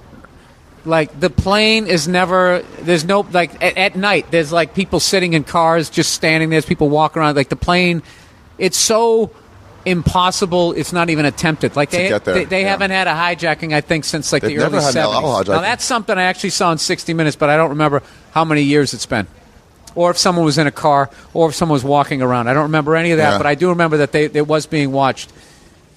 The worst thing that ever happened to El Al was that the place at LAX was held. Somebody pulled out a gun. Jesus Christ, look at this group of nurses here that just completely doesn't want... Fat. Where are you guys from? They're all plugged in. Oh. They're all plugged in. Yeah, I was going to say, you know what, they can't hear us right now? I don't think one of them is going to come out. They don't have that look. At least one of them. They looked annoyed when you handed the business card. That's a human talking, though. That's a real person who's talking. Oh, you're listening to that person. Yeah. Okay. There we go. That's fair. Okay, now the guy driving the van, I guarantee you. What? He probably did like fucking 2 episodes of Hardcastle and McCormick. Probably when he was like 15. Do you do that? I watch movies. I just watched Hard to Kill. Remember that one with Steven Seagal? They killed his family. The Jamaicans were the bad guys. Oh, yeah. That's always the greatest way to start. You wish you were this dude. Yeah. You know those movies like all those movies that you wish that you were that much of a badass. It always starts off with there was a holdup at a convenience store, and he just happens to be there. And he was just a family man. Yeah, and taking him to Wally World. Knocked right? everybody off. Yeah, right? But there was a guy behind the counter, and he was like, "Dude, thank you so much for helping me." It was like 5 lines, and I was like, "That was this guy's big break." Yeah. In Hollywood. You ever watch Small Parts like that? No. Like what happened to him? I used to do when I lived with Robert Kelly. Yeah, lived with him in New York. He said that shit to me one time, and I was like depressed for like a good 4 hours over the idea that like his big break wouldn't turn out to be anything. Oh, dude, me and Bobby, we were living like fucking animals, man. You guys lived together? Yeah, we lived in this railroad apartment that had a walk-through bedroom, and us What's a walk-through bedroom? Like a railroad apartment. It's exactly like a railroad. Like if you're walking through a train, that's how the rooms are set up. Okay. So when it went. There was like a bedroom, and then the next was really like a walk-in closet kind of space. Yeah. But there was enough room to put like a single bed. So there was a bedroom, and then there was a living room, and then the bathroom, and then the kitchen, all in a straight fucking line. So it's called a walk-through because your roommate has to walk through your bedroom to go to the bathroom. Yeah. So if you're with some girl, they have to have the waiter just go through. Absolutely. We all walked in on each other. Sorry. Just keep going. Yeah. Although nobody ever walked on me when I was banging a girl. And I don't think I ever walked in on Bobby either. But no, the other guy would always. Because I knew if the door was closed, Bob was in there banging someone. Otherwise, the door would be open. Yeah, and I used to I always had away games. So I was always just like, listen, I got to walk through a bedroom, and I'm fucking living with 2 other people. So the odds of somebody coming in, you know. So you just try to fuck over there. No, so then I would go over to there. They're awful fucking places. I used to date a girl, like her bedroom was this room that had like French doors that closed that were like glass. Yeah. And we were sort of covered. We had to like fuck under the spreads. Dude, New York is brutal. It's brutal. Like I don't know why people. I don't know why people live there beyond a certain age. That's for young people because it's exciting. In Manhattan, you mean? Yeah, because dude, unless you have a fucking bankroll the size of a fucking spare like tire. Woody Allen, you can buy another apartment and make him who actually did it. I did a gig in his old fucking brownstone that he had that was right on fucking Fifth Ave in Central Park right there, dude. Like he actually this was a fucking mansion. Yeah. Like Bloomberg shit. Like this is how much money that dude made. Making his own fucking movies, doing all that basically. Right? they had in the basement areas where the help lived, and there was a kitchen upstairs, but downstairs, as if the help was making the dinner, they made it down there. Really? Yeah. Separate kitchen. Yeah, downstairs. Which I got to be honest with you, I totally understand. Yeah, get out of here. Yeah, because if you ever had company over, even if it's a relative, after a while, get the fuck out of here. I want to sit here scratching my balls. I don't want you walking through. Come clean later. Yeah. I'm paying you just to get out of here. Yeah, get out of here. Make it easier for me. Bring me shit and leave if you got to have it. Yeah. I can't. Whenever I have like a drive, if some club sends me a driver to like take me from the airport home, I always feel obligated to talk to them. Oh, and, you like do? maybe sit in the front unless I like. I'm like to show how down to earth you are. I feel so bad about it. Like you shouldn't Why be should you driving feel me. bad? It just feels wrong. You don't feel worthy. You got low self-esteem, like maybe most that's comedians. it. Yeah, that's it. Yeah. No, look, dude, you just got on a fucking plane, sitting there with your knees in your chest. Yeah. If you're lucky enough to get a driver, fucking enjoy it. They offer you water, take it, then shoot the shit with them. Learn a little bit about the city. About the city, yeah. Yeah, have a good time. That, or if they try to take my bags when I get out of the cab or the car, like at the hotel. I was like, no, don't, come on, I can take, because then also, I don't know what the tip later. Is it like $5 when they take it up to your room? That's always weird when they pull up and then he goes to take it and the other guy goes to hand it off to him and then you fucking, you go broke just tipping people going in. Then I always think of Jackie Gleason, who used to walk around dropping hundreds in everybody's hands. Just to everybody. Yeah. Here you go, pal. Didn't know anybody's name. I just thought that was Joe DeRosa. Just walking down the street now, yeah. So that's L.A. Joe DeRosa. Oh, Joe, yeah. Yeah. He kept thinking of moving here, didn't he? Joe? Yeah. Yeah, but his livelihood kept him back east. Because why, he makes all his money in New York? No, that was an inside joke for people who listen to Opie and Anthony. He got in an argument one time with this fucking DJ. Yeah. So the DJ wants to, like, Joe had made fun of the guy. Yeah. So the guy wants to get him back. So what does he say? I don't think you're funny. And DeRosa always takes the bait. So he gets in this big fucking debate about who gives a fuck if one guy doesn't Thinks like you're it. funny. It's okay. Yeah, every night, even if you have a good set, there's going to be at least 5 people in the crowd don't If fucking you have a like 95% approval rating, there's going to be some people who think you suck, but it's still good. So Joe couldn't handle that this guy kept trashing what he did for a living, so he kept going, you're attacking my livelihood. He kept saying livelihood. It was much funnier when he was doing it. And like, what livelihood? The workout sets at the cellar? What livelihood are you talking about? $19 you're making nightly? What exactly are you saying? No, it was everything that I love and hate about Joe. I don't hate, just get frustrated with them. That he won't let shit like that just go? Well, it's funny because you're watching him take the bait, but then it's like I'm rooting for him because he's actually losing to a DJ. I wish I knew that guy a little better, DeRosa. DeRosa? Yeah. Oh, he's a riot. I'm like friendly with him, but I don't ever like know him. I got to know like Metzger and Jay Okerson, but never DeRosa. Oh yeah, no, Joe's a good guy. Now we got 2 tour buses here. Oh, you got the London bus. Do they actually buy those from London, or do they just have them made over here in cheaper American versions? There's no fucking way. They don't fly them over here? Things. They don't have them shipped over? Remember when... Well, why not? I mean, you buy a Mercedes, that's from Germany. Somebody's going to write, actually, they made in Rhode Island. In that guy from the Beatles, the vegan guy, whatever his name is, the one that's still alive. Oh, Paul McCartney. Yeah. And he's all into green and everything, so he bought this hybrid car, this fully electric car from India, and to save gas and stuff. But then they shipped it over to him in a private helicopter, just like one.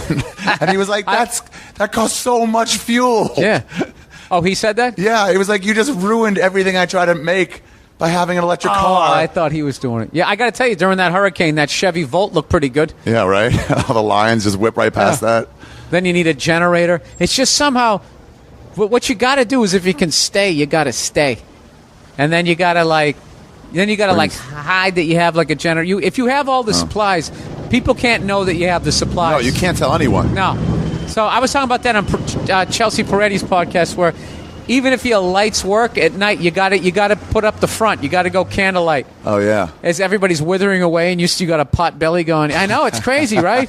I feel I must be distended. My belly. It's just distended. Exactly. There you go. See, you've read word. some stuff. Distended. That's still I have from college. That's because I used to make fun of Ethiopia a lot. How do you have a distended belly and a double chin? That's the next level. Everything starts to distend. I like how they justify that on Lost, where that guy Hurley was like not losing weight, even though he's on this island with no food for like 6 months. And you're like, how come that guy's still fat? But they worked in the storylines. Like, no, there's a secret stash of food that he's finding and hoarding for himself. That poor bastard. You know how much extra he probably ate that week when they came up with that storyline? He's like, so I don't have to lose anything? No, because he's probably like everybody. Like he knows everybody knows, but now he knows they know. They're making a storyline about his fat. Yeah, I actually ran into him the other day. I walked in some place to get something to eat, and I saw him sitting there. Just say anything to him? No, because I never watched the show, and it's not worth it. The last season was so fucking shitty. It ruined everything. Yeah, I didn't. Somebody had a great joke about that, where people were just saying, like, dude, it's the last thing. You gotta watch. You gotta get caught up. And it's like, dude, these are hour-long episodes. You're telling me I have to basically spend like 600 fucking hours to get caught up on a thing with no payoff. Definitely do not watch Lost. If you haven't got into it yet, don't watch it. It's so shitty. It's such a shitty payoff. It makes you feel just used. Oh, it's like finding out your girlfriend was cheating on you the whole time. Dude, that's a reoccurring theme in your life about being. Were you used as a child? Were I what? You fucked over? Did you feel used? What do you mean, cheating? Like and your stuff? parents had you just because they wanted something cute for a couple of years and they ignored you? No, they were good parents. I feel used. You just wanted me to go goo goo gaga, mama dada, and that was it? No, they were Grew good. a fucking beard in third grade. Already started becoming a rebel. I didn't. When I lost my religion, that happened. I was just like, I just rethought everything and was like, oh, what are we doing that for? I got mad when they expected me to date Jewish girls that were cunty rather than some nice, like like a young Mother Teresa. They would rather me not date. Oh, they didn't know. I'm like, that doesn't make any. So why don't you just pick a sweetheart Jewish girl? Find me one. They're all entitled. They're all their dads all tell them they're princesses, and then they believe it. Whatever. No, that's what I mean. That's just a whole nother world. Yeah, I have a hatred for Jews that I can only be from within. It's like I still love them. Dude, fucking layup. Mel Gibson is a guest. You guys could just be sitting there going, I know, right? I know, right? Exactly. That's what I'm saying. Yeah. That guy Jerry Rocha used to have a joke about that. That's one of my favorite jokes ever. Jerry Rocha's joke. Jerry joke. Yeah. I don't want to burn it, but that's one of I fucking love that joke. I'll put it on the website. That's what I'll do. I'll just find a clip of it and put it on the website. I'm trying to think what the punchline was. It's this. It's my uncle is too racist to tell racist jokes to, because you start off, you tell him a joke, and he just goes, "I know, right?" And did I just say that? What was it when I was just imitating Mel Gibson? I just said, "I know, right?" I don't know, maybe. See, that's why I don't watch fucking comedians' acts. Because you're afraid? Because it seeps in, like, oh, that fits to this. You just unlock something in your brain, like, oh, that's a good thing. I mean, like the idea to have him here. Yeah. That's why you can't do it, because when you're on stage and you're riffing and all, like, the shit comes up like that. Yeah, it comes from somewhere. Yeah, it comes from somewhere. From a TV show you watched when you were little, some phrase somebody used when you were in the 80s. Something you and your friends say. Yeah. Something your dad said. And then if you have just like hours and hours. If some guy on that stage said it, and that's where I'm getting it from. I don't like label everything. See, I'm glad you brought that up, because if you listen to this podcast, he would be like, that was the same topic, and then he used my punchline. And I would have been like, oh, did I? Oh, sorry. All right, let's get it. Well, you know what it was, too, is because then I also went around and I quoted that joke. Yeah. To like everybody, because I fucking. It's fucking awesome. It's a great joke. I loved it. And the way he acts it out, I loved it. And it was one of those jokes that was so well written, you know what I mean? That you could tell it wasn't like you had to be there, like that thing I told like 5 minutes ago about DeRosa, right? Oh, yeah. So. Stop saying stuff on podcasts. Yeah, and then you say it 4 or 5 times and it's fucking in there. Yeah. I know what you mean. I get scared of it. Somebody just told me that some Dane Cook bit from like 10, 15 years ago, and I was like, oh, I'm doing that same exact thing. I got to rewrite that joke before I record it. No, but the difference is that you then go, oh, okay, I got to rewrite the joke, or I got to drop it, or whatever. Come up with a different angle. Yeah. Well, if you don't hear about it, then you don't fucking. There's no way for you to know everybody's shit. Yeah. But if somebody comes up to you, like, throughout my career, someone say, hey, just let you know, someone has a joke like that. Immediately, fucking dropped it. The only time I didn't, it's hilarious. I like to go see it because some people say it's too close. Me and Greg Giraldo had a bit about that. Remember show MTV Cribs? Yeah. And the logical first thought you have when you watch it is look at my shitty place. Look at all the shit I have, and then here I am sleeping on a futon, yada yada yada. So we essentially had the same bit. And one night I was doing it at the Cellar, and Greg, rest his soul, came in and he said, "Hey Bill, just let you know, I got one like that." It was a really bad period in my life where I just was traveling a lot. When I travel a lot, like the jokes slow down, and I was just like, fuck, I'll drop it. He goes, no, I'll drop it. No, yours is better. I go, no, fuck that. You keep it. And we kind of had this thing, and then we just sit, and he goes, how about we just both do it on the road? And I laughed, thinking in my head, I'm going to drop it. And I go, yeah, all right, whatever. I needed the time. I needed that extra 5. So we say that thing. So then we never talk about it again. We never do the bit again in the city. But then we both get half hours for Comedy Central, and we both do the joke. And mine came out first, so then somebody texts me, just to let you know, Greg Giraldo. Yeah. And then I called him up, and we fucking laughed our asses off about it, going, we're such fucking idiots. And we both said we didn't need the joke. But I worked clean. When I did my half hour for Comedy Central, I worked clean. Really? Because they were beeping it, and I was just like, well, if you're going to beep it, then what's the fucking point? So I just did my act clean.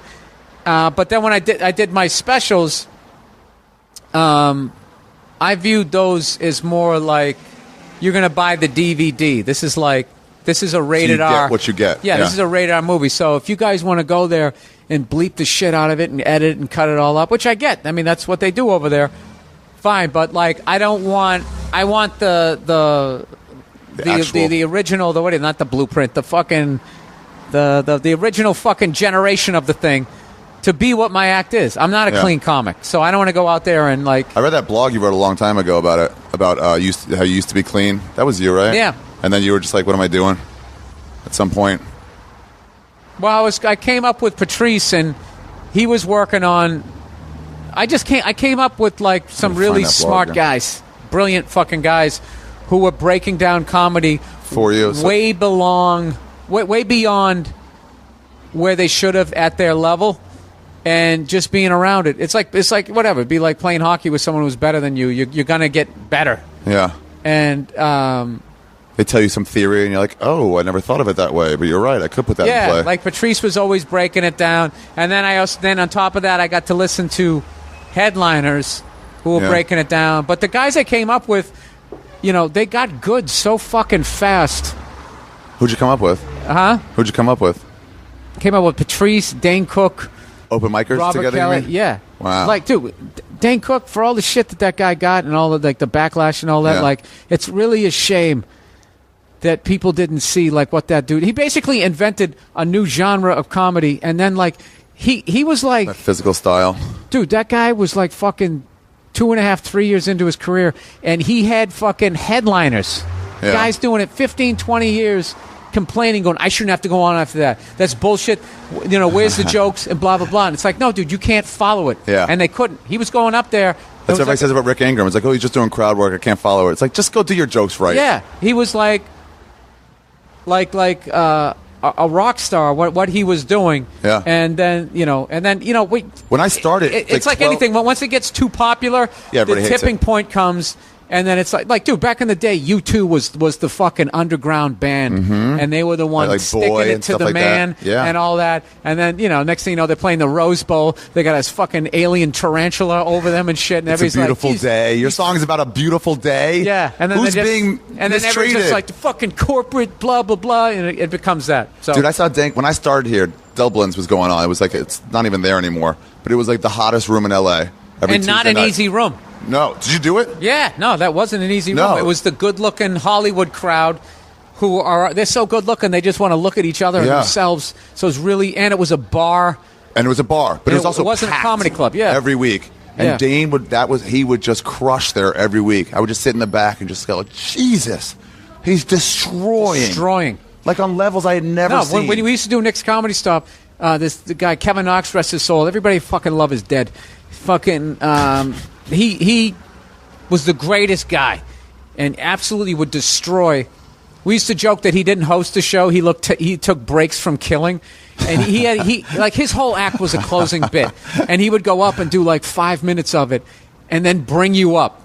And Nick's was like Kevin an airport Knox. Of people just that they papered the room so nobody had anything invested. They were hammered, and he would whip them into a fucking frenzy, and then bring you up with your 2 years of experience. And it would be literally like you learned how to surf. You've been surfing for 2 years, and then you went to those fucking those giant So you just held on for dear life.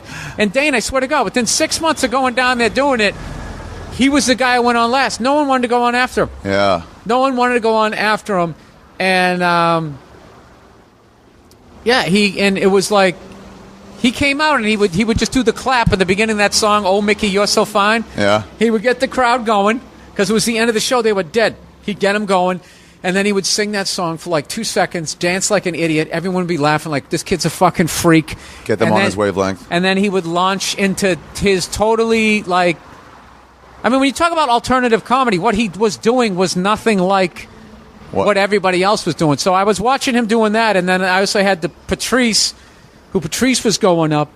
And you know Godfrey? Yeah. He broke down Patrice's act one time so brilliantly. Godfrey did? Yeah, he goes, you know what's so awesome about him is he's so big, but his act is so small. Like, he doesn't move around. No, he just sits on a stool mostly, too. Yeah, and he's just talking to you. I mean, he got into conspiracy theory and really big subjects, but, like, the relatability of it was so him just having a conversation with you. So I was able to absorb he had a real totally different spectrums. And then be with two people who are really, really driven. Like when we were there, I mean, not to say that I wasn't driven either. Like I was no, wait, Dane got down to New York first, but then came back. But I was just like 3.5 years in. I was like, I'm fucking leaving. I'm going to New York. And I had no idea. And I got that walk-through bedroom apartment. I was eating spaghetti every fucking night. Had a roach crawling across me. All the classic New York. You know what's funny, too, is I didn't even kill it either. I thought it was part of living in New York. Like, I got to get tough. Hey, man. Oh, thank you, dude. Thank you very much. All right, one recognized. One recognized. That's not bad. But not from a bus. Not from a bus of sightseers. Broad daylight. Dude, have we really been talking this? How long have we been I haven't even gotten to what I wanted to talk about with you yet. How far is it? Because I got other shit 12. to do.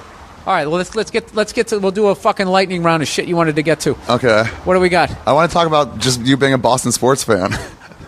Oh yeah. I just want to get into that stuff. I grew up there, so I am a fan of them. But there's a weird thing that comes with that success, is that there's a bunch of fans that. Oh, this is a good segue from Dane Cook. Okay, go ahead. That I don't remember being there. I've been away. I left Boston so long that I don't relate to it. Like, I go to Fenway Park, there's people sitting on the Green Monster. There's like a little mall area in right field. There. They bought up all the souvenir stores. No, it's just, you just walked. You used to be able to just walk in and buy a ticket. Almost the whole, like every sport was just like losers. No, Celtics were the shit. Celtics, excuse me. Bruins were always great.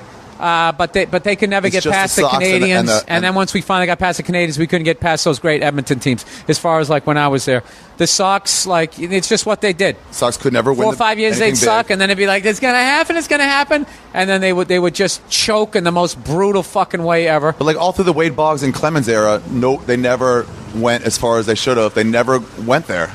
Did they even go to a World Series? No, yeah, 86. They got to one strike away. Oh yeah. Which now I watch the replay of that, and now it's funny. It used to be unbelievably painful. Like I would sometimes think about it and I would get sick to my stomach. But now it's hilarious. When I watch the ball go through Buckner's legs, I just laugh. It's fucking hilarious. But because you've won, so it's healed a little. Yeah. The movie's over. And like even like when we won in 04, when we won in 07, it was like when we won in 04, it was like that was the end of the movie. Roll credits. So now what? We win it again. I'm gonna be just as excited. And by 07, the Red Sox had become the Yankees. We were fucking buying everybody. Mm-hmm. So it's that aspect of it. The Patriots used to play in this stadium that it was like they had like aluminum seats. If you stood up, you lost your seat. If you were the last guy to sit down. Oh, because it was a long benches. Because it was just like a long bench, and like people were kind of fatter than they were. And then if it was wintertime and everybody had their big puffy coats back then because they didn't have that new technology, like the North Face shit wasn't around back then. You stood up, you lost seats, and then you'd be standing up, and everyone would be giving you shit, telling you to sit down because they knew that you couldn't. Yeah, and that was the joke, and people would throw shit at you and fuck around. So you'd be kind of have like your hands on your knees, like you were playing like in the infield. So then the next great play that would happen, people stood up, you would actually miss it and sit down real quickly. And it was always everyone would sit down. There'd be the guy in the aisle that got pushed out, and he'd be like almost like in the middle of like a genuflecting, like he was in church, just like crouched down in like the aisle. And now we got this giant stadium with a mall connected to it. There's there's a lighthouse. So, but the team itself, and the game itself is still like the level of love that I have for the Red Sox, Bruins, Celtics, and Patriots is ridiculous. And evidently the LSU Tigers now, because I was devastated. I went to the game out there. I remember the Pats being the first team when they played the Bears in the Super Bowl.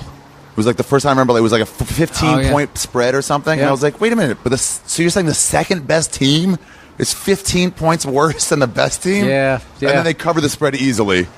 Oh, yeah, no, it was bad. It was the first team I had no chance I saw in the Super Bowl. At that time was the biggest ass-kicking until the 49ers beat the Broncos like 55-10 or something. Yeah. But I went to the airport when they beat the Raiders. They beat the Jets in the wild card. Then they beat the L.A. Raiders. Oh, wow. And I went down to Providence where they landed. To welcome them home? To welcome them home. Like, you went to one of those? Like 4 in the morning. I was a high school kid. How old were you? High school. And then they beat the Dolphins in the Orange Bowl, and that was like the curse. We could never beat them. We hadn't beat them in the Orange Bowl in like 20 years, or at least since the late 60s, and we finally beat them. And that was a big tragedy. That was one of the great Super Bowls that never happened. Was the Bears lost one game that year? They lost it to the Miami Dolphins. Oh yeah. And that's the only thing. It's the only thing that stopped the Bears from going undefeated. And the last team to go to undefeated was the Dolphins. And the Dolphins would have met them in the Super Bowl. They would have met them, and the Bears would have had a chance to redeem themselves. And Dan Marino was a fucking man. That's another great argument. People say the guy didn't have a ring. He's the only guy who beat the 46 defense, and he fucking lit him up. Yeah. He didn't light him up. Whatever. He scored like 20, 30 points defense? or something. The what defense? The 46 defense. They called him? Buddy Ryan came up with it. I don't know exactly what went on, but that's all you heard. 46 defense. You can't stop it. Dude, like, it was like, it was this juggernaut. So anyway, after when they beat the L.A. Raiders, it was like probably 40 people, and you're like high-fiving them and all that. Julius Adams and all these guys going by. It was awesome. But then when they beat the Dolphins, it was a fucking mob. Because nobody thought they could do it. Yeah, and this is pre-9/11. 16 years. It's a little airport. So we push through the fucking doors as the plane is pulling up. Do you know like those old school things, like, you know, like it's a pickup truck and with the stairs, with the steps, yeah. And you drive up? People were standing on one of those, like too many, was almost tipping over. We basically kind of rushed the airplane, and they were like, you know, we got within reason, and there were like cops there kind of doing like we're going to start swinging soon with their billy clubs. And I remember they had the shields pushing you back? Yeah, and they opened all the doors to the plane. I remember Tony Franklin, our barefoot field goal kicker, who actually kicked the first field goal in that suit. We were actually up 3-0 for half a second when we played the Bears. I remember him waving. I remember Tony Eason walking by. It was sort of this weird look on his face with the worst members-only jacket I ever saw. It was literally butterscotch color. And he didn't look like a jock. He didn't. What did he play? Quarterback. Really? That's what Tony Eason was their quarterback? Yeah, that's the guy that we picked before Dan Marino. We picked Dan Marino. So he got redemption by beating Marino in the playoffs? The Chiefs beat I really want to watch that game again to figure out how the fuck we bought them. We were probably typical. The Dolphins never had a defense. That must have been redemption for Eason.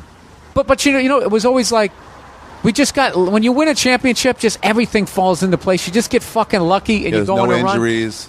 Dude, I swear to God, 9 times that year to start the game, it seemed. Yeah. We kicked the ball off. The other team caught it.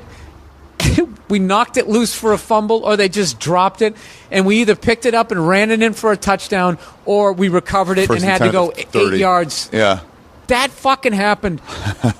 I guarantee you at least half a dozen times. And it was just like, and I know that our special teams, Moses Tutupu, Moses Musus, all that bullshit, that was the crowd. But, like, I know that they were the shit, but, like, it just got to the point of, like, dude, is this fixed? Like, how can this keep fucking happening? Yeah. That's what you need sometimes, just everything working out. And it's ridiculous that I can still remember all of that, and I can't remember the names of restaurants. I have no short-term memory. I think it's cell phones. From that, tuning out. That's the theory. It's getting older, too. That's the theory I'm throwing out there. No, because when I was younger, I remember this guy driving me to work once when I was 16 or something. He would drive me like a summer job. My friend's parents. And we were both Yankees fans. Right. And I was like, what do you think of Steve Sachs this year? He's batting like 8 points higher than last year. And he goes, I don't know what he's batting. And I was like, what? Yeah, how do you I thought not you said know? you're a Yankee fan. Yeah, but he also has responsibility. Probably a wife, kids, maybe child support. Oh, I get it now. Yeah. And also, he's had fucking 40 different teams in his mind now. I had now, 5. Did Steve Sachs get the yips with you guys or no? Was he already? Because that's kind of known I'm as. trying to remember. Because what's weird was yips is when you just can't make the fucking throw. The last minute, you just no. What it is, what happens is you throw the ball to first base after you've done it a zillion fucking times. Oh yeah, he couldn't throw to first without even thinking. And that one time, you make a bad throw. Then the next time you're thinking about it. Don't make a bad throw. You start make your mechanics. You make another bad throw, and then you got the yips, and you can't stop.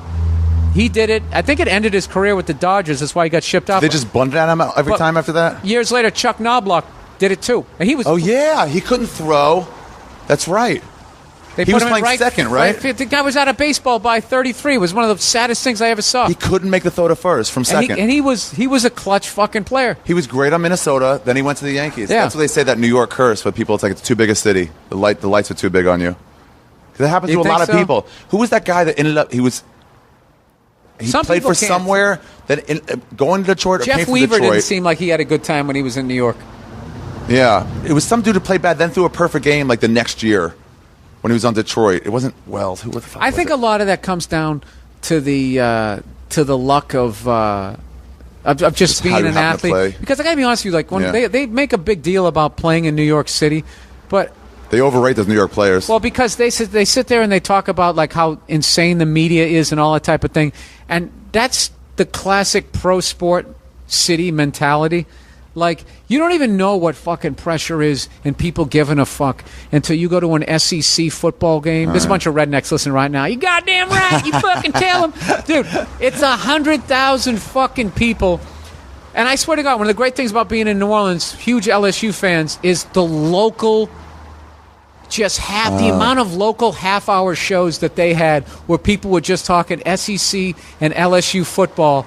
And, on the radio and stuff, you mean? Dude, and talking about all the players and the names and the coaches and, like, I'm telling you, like... That's why I hate them breaking up those divisions in college football. Oh, and they make the super divisions? Yeah, it all comes down to money. It's gonna be awful. But I got to tell you, like, if you are a sports fan and you live in a pro sports city, you owe it to yourself at some point. Just fucking light up your credit card. Pick one of those big rivalry games, LSU, Alabama... who'd you go with? Georgia, Florida. Paul Verzi. He opens for me when I do the road. Gheaze. Virzi. Verzi. Oh, I don't know him then. Yeah, great guy. Yeah, we went to that. Then we worked the casino, and then we hung around. We went to the Monday night game, the Saints versus the Eagles. Wow. So I only have one more football team that I have to see a home game of. Who? Tampa Bay. That's the last one. I went to a Michigan opening game of the season, like Pigskin Classic at Michigan. My friend took us, and it was like a last-second comeback against Virginia. It was just such a great. Those gigantic stadiums are great, but those rivalry games. They got the bands, and the crowds are going nuts. And they have their traditions at Maryland. We used to all pretend to read the paper where they were introducing the other team's players. That's so fucking funny. It's great. And somebody says, I'm like, it's the best form of disrespect. Oh, like, it's so we can't funny. be bothered. We're reading the... And it's original. Yeah. At least as far as I know. I never heard that. But, like, there's so many... Oh, and I love, like, the college basketball, those insane chants. Dude, Michigan's hockey. Yeah. Go on YouTube. You should have your listeners do that. Look, you got to go up there and look up Michigan hockey. I would search Michigan hockey fans, their chants. Dude, they got a chant, I swear to God. And the whole section's doing it. It's like a minute long... And it's fucking the most... And they all know it. But it's the most profane about somebody on the other team sucking dick and all this type. Like they did their research, though. They know somebody probably got into something weird to them. Yeah, it's amazing. It's really it's a whole nother level. I went to a Indiana Hoosier game when Bobby Knight was still the coach. Wow, it's a fucking experience you couldn't believe. Was it a Big Ten game? Yeah, they were playing Michigan State, who won the championship that year. Wow. Yeah, dude, I'm living. That's how I do the road. Is that what you're doing? I'm starting to do that now. Oh, you got to do it. I've been to every baseball, all the football, but Tampa. Wait, you've been to every baseball what stadium? Yeah. Really? But except for some of the newer ones. But I've seen a home game of every team. Wow. Including the Royals, including the Expos. Everybody. Now, I've seen all the football except Tampa. I've seen all the hockey except for Tampa, Ottawa, and Carolina. And I need like because the New Jersey Nets moved to Brooklyn, So I now got to you go gotta see do that. that. So now I have 8 more teams there. Do you especially for baseball? Do you stay an extra day, or do you try to catch a weekday game? No, baseball's the easiest to knock out if you're a road comic because there's 82 home games or 81 home games, and there's They always have day and they games. have day games. Football is the hardest because it's once a week. Everybody plays. Now it's a little easier because they play Thursday, which is such a shit game. They're just adding. It's always bad matchups, and they're worn down, dude. It's like, dude, yeah, they don't have enough time. Yeah, you play football. It's like getting into a major car accident. They talk Or about the long something. week. That's a short week. Oh no. Oh yeah, it is like a major car accident. It is like you, that. You should, with Thursday night games, you should be able to do roids. or that shit, the HGH, whatever, just makes you... the cream? Yeah, that makes you heal up quicker. Yeah, that seems fair. Just 1 week only. Dude, what they're going to do with roids and HGH is they're just going to keep distilling it down and down and down because of all these fucking heroes who are going out there taking it, using their bodies as lab rats. The same way now you can smoke weed through a vaporizer. Yeah. They're going to distill that roid shit down there. I'm telling you, dude, you're going to be able to give somebody a fucking forearm shiver that they're not going to walk away from when you're 80. By the time we're 80, I'm telling you. What do you mean? Because they're just going to keep. It's just going to keep getting better. Bigger and faster. Like the iPhone, it just keeps getting fucking better. Yeah. Right. Somebody will die on the field soon. Yeah, somebody On the will, and football field. then they'll learn. It's like lawn darts. They learned. Okay, we can't have those. Horseshoes only, people. Horseshoes only. Dude, people are killing themselves because of Just those rubber ones, rubber darts. No, the lawn darts. That was actually that was a Yeah, toy. somebody got their eye poked out, right? No, you died. That was left over from the '60s. That was a leftover toy. What is this, a big heavy dart that you throw into the grass? you would throw it. Launch it up. And the weight of it was made out of metal. Back when you could actually, there was enough raw materials. It was made out of metal, and it would be like it'd reach its apex, and then it would turn over. Yeah. And what happened is it was landing like a badminton thing. Yeah, it was landing on kids' heads, poor little kids' heads, and they were dying. Wow. So somebody who lost their kid, worst fucking thing ever, started a petition. Like, why do we still have this? Yeah, why do we? I'm sure there's people like, it's tradition, leave it alone, it's fine. Yeah, like you're gonna make them soft. My child got killed. He got a spear through his head. No, like What's I soft? believe with that one, like someone was in another yard and they threw it over the fence, like what you would do as a kid. Oh, yeah. And it just randomly hit this poor kid in the head, and that was it. I was babysitting this kid, Renan Butler. It was my parents' best friends, and they had him like real late. So, why do real names always sound better than fake names in a script? yeah, I don't know. Renan They do. Butler. I just like the second you said it, I know that's a person. Right, you're right. All right, they sorry, do. go ahead. Violet Beauregard. We were smashing this. We found this almost empty bottle of Coke. Like a sip had been taken. I mean, almost full. A sip had been taken out and it's sealed. Right. So we started slamming it down over and over again to see if we could shake it up so much it would just like burst. Right. And this is a 7-year-old I'm babysitting. And eventually it slammed down. We just kept like throwing it up in the air as high as we could onto the cement. It slammed down, eventually burst Yeah. and shot right at us like at super high speeds. Right. And then veered off for the last second and Yeah, just didn't dude. hit us. And we were both like, whoa, Dude, that was bad. You know, at times I should have fucking something really awful. Could have should easily happened. gone down. Do you remember the time I was climbing a tree with a friend of mine, just a little kid, way up in the air, and I'm like above him. He's below me. I'm going up first, like we're going up a ladder, but it's a fucking tree. Yeah. I know what happened. All of a sudden, I fell and just got like jolted, and like there was these two branches. They were almost like a chair, and I just landed in them. In them. And all of a sudden, like I was like 3 feet above my friend. I was like 3 feet below him, and he was like, "Whoa, you okay?" I'm like, "Yeah," and then just kept climbing up. As if nothing almost happened. Yeah, like no sort of like, I'm at, like understanding your mortality here. Hey, let me show you. I'll show you a video Oh, from LSU? from LSU, just of Oh, yeah. panning around. How many people are there? That's where you... They're always like 97,000, 100,000. It's fucking insane. But I will tell you what's really underrated is going to What? the Saints game, man. The Saints game is fucking ridiculous. Have you been down to the Chargers stadium? Everything but the Buccaneers. All right, here we go. Let me see. Where the fuck is it? This would be great for your listeners to listen to you watch a video. I'll put it on my website.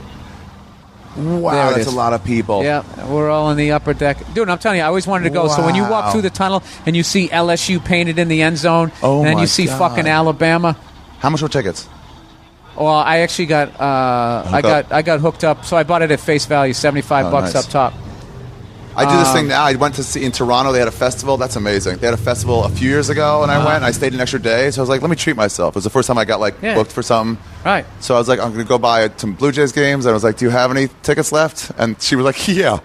And I was like, okay, I'll get one behind the first base side. She meant, yeah, we do get plenty. Like, we always have tons of tickets left. Yeah. And I paid like $70 for one. And then next year I was going to go to another one. And they were like, dude, just buy the cheapest scalp tickets you can find and move all the way down. And they don't care. Yeah. A lot of them, some of them don't. A lot of them do though now. They won't let you. Yeah, it's gotten all that shit where you can't even stand. You can't walk to your seat while the play's going on, which I guess makes it for a better fan experience. But then they hold everybody up in the entrances. You're like, dude, come on, they're pushing at me. Right. Yeah, but it's still. Yeah, dude. I have. What were the Celtics games like during the Bird era? I only went to one. You couldn't get any tickets, and I didn't have the money. And I went to the Celtics when they played the Pistons, the Bad Boys, right before they were the Bad Boys. But I remember Isaiah was out. But I saw Larry, McHale, Parrish, Dennis Johnson. I saw that team. That was a sick team. Yeah, dude. I saw Jordan with hair. He was still young. I saw Magic with Worthy, Kareem.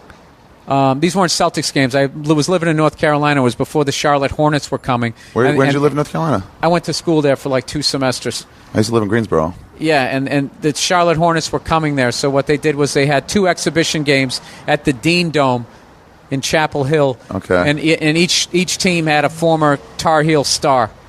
So you went to UNC? No, I went to State. Okay. And Reap went there. And they, I went there for fucking a semester and a half and then left. But so they had the Lakers. That's James Worthy was the Tar Heel. Yeah. And they had Seattle, I believe, which was he was the most boring Laker of all time. Worthy was no. Oh no, I love James Worthy. He had this dunk. They added this poster of his, and he called it the Statue of Liberty dunk. They had to name it because it was so fucking boring. It just means you go straight up and just dunk. No, that was the greatest thing ever. He was always coming down the lane, and Magic would hit him. I'm a Celtics fan. I hate the Lakers. Really? I loved watching him. He would just come gliding through. He had those fucking Kareem glasses. The goggles. Big game James. That guy was great. Man. He was great. Don't get me wrong. Just that the dunk was a boring dunk. Wait, did you guys hate the Lakers? Hate is not even a word. It was beyond that. Yeah, it was beyond hatred. But it's a different kind of hate back then. Like, back then you hated the team. It was a fucking team. And they stayed together forever. Yeah. So you could get to really hate a player over time. And then when they retired, you actually felt a sadness of like, I remember when Dr. J retired. And I felt sad, like, oh man, I loved hating that guy when he came to town. I mean, you always respected him, but like, that's how I felt when Jordan retired. Yeah, that guy killed us.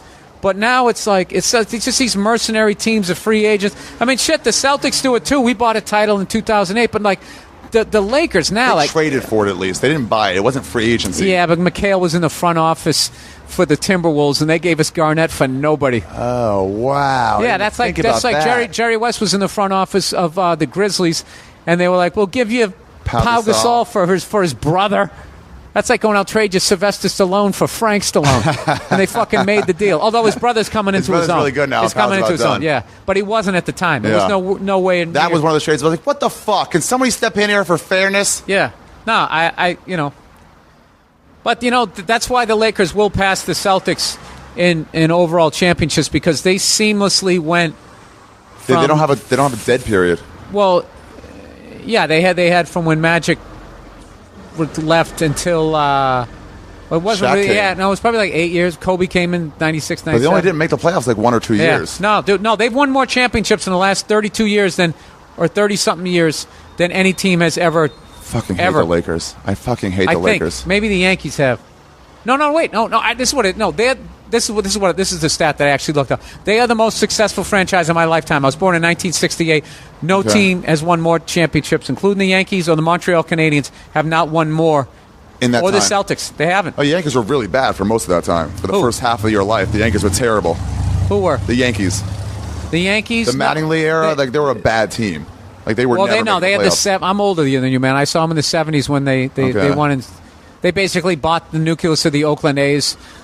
Like teams that do that now are like, no, they bought but that I used to blame the Yankees for that, but the A's owner was fucking horrific and wouldn't pay anybody. So they had to leave. Like, dude, they when they won their third championship, Reggie tells this story that like the ring that they gave him, each one should have got progressively better. They got progressively worse, and this was literally one. Like, you know, I think it was made out of like a spray painted gold aluminum.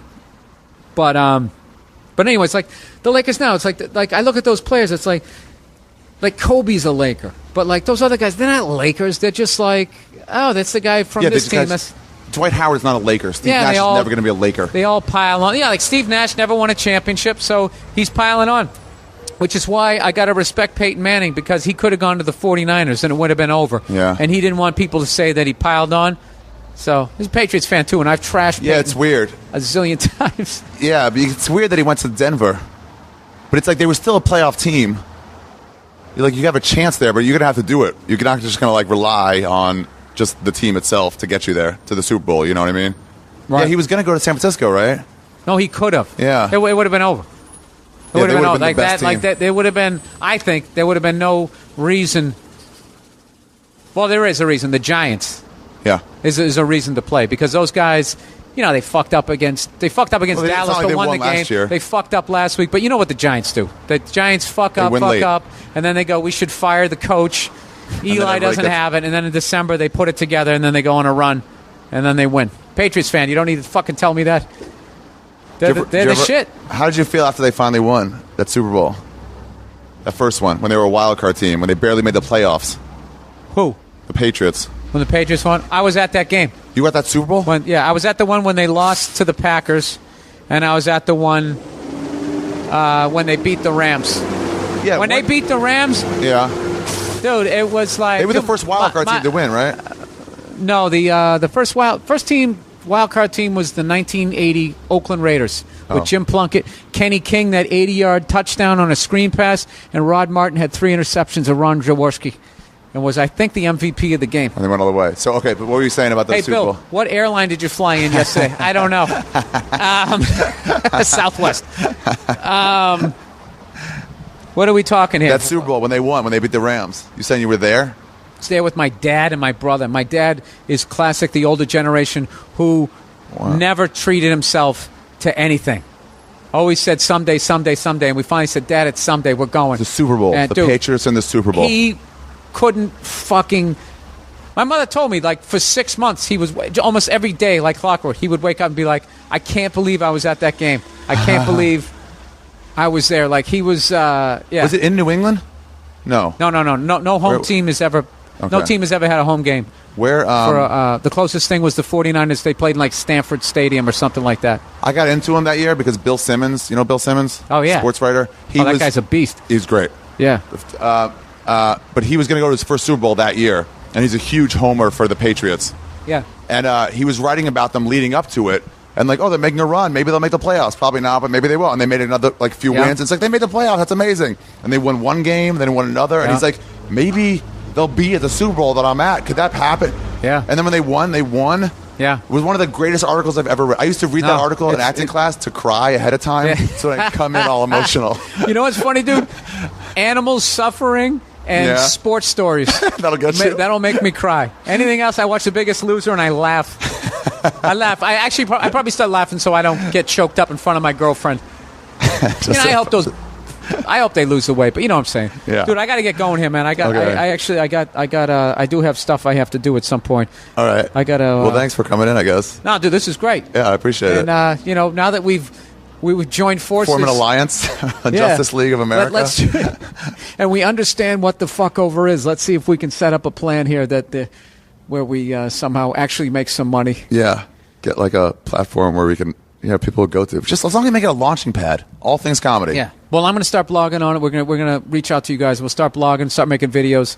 Do road blogs. I'm going to start doing that for Comedy Central, so like a road blog. Why do it for them? Do it for us. Because they offered, but yeah, we should do it for you. How much are they paying you? I think it's going to be $150 a blog. Like nothing. To drive advertisers to their website when you could be driving them to your own. Yeah.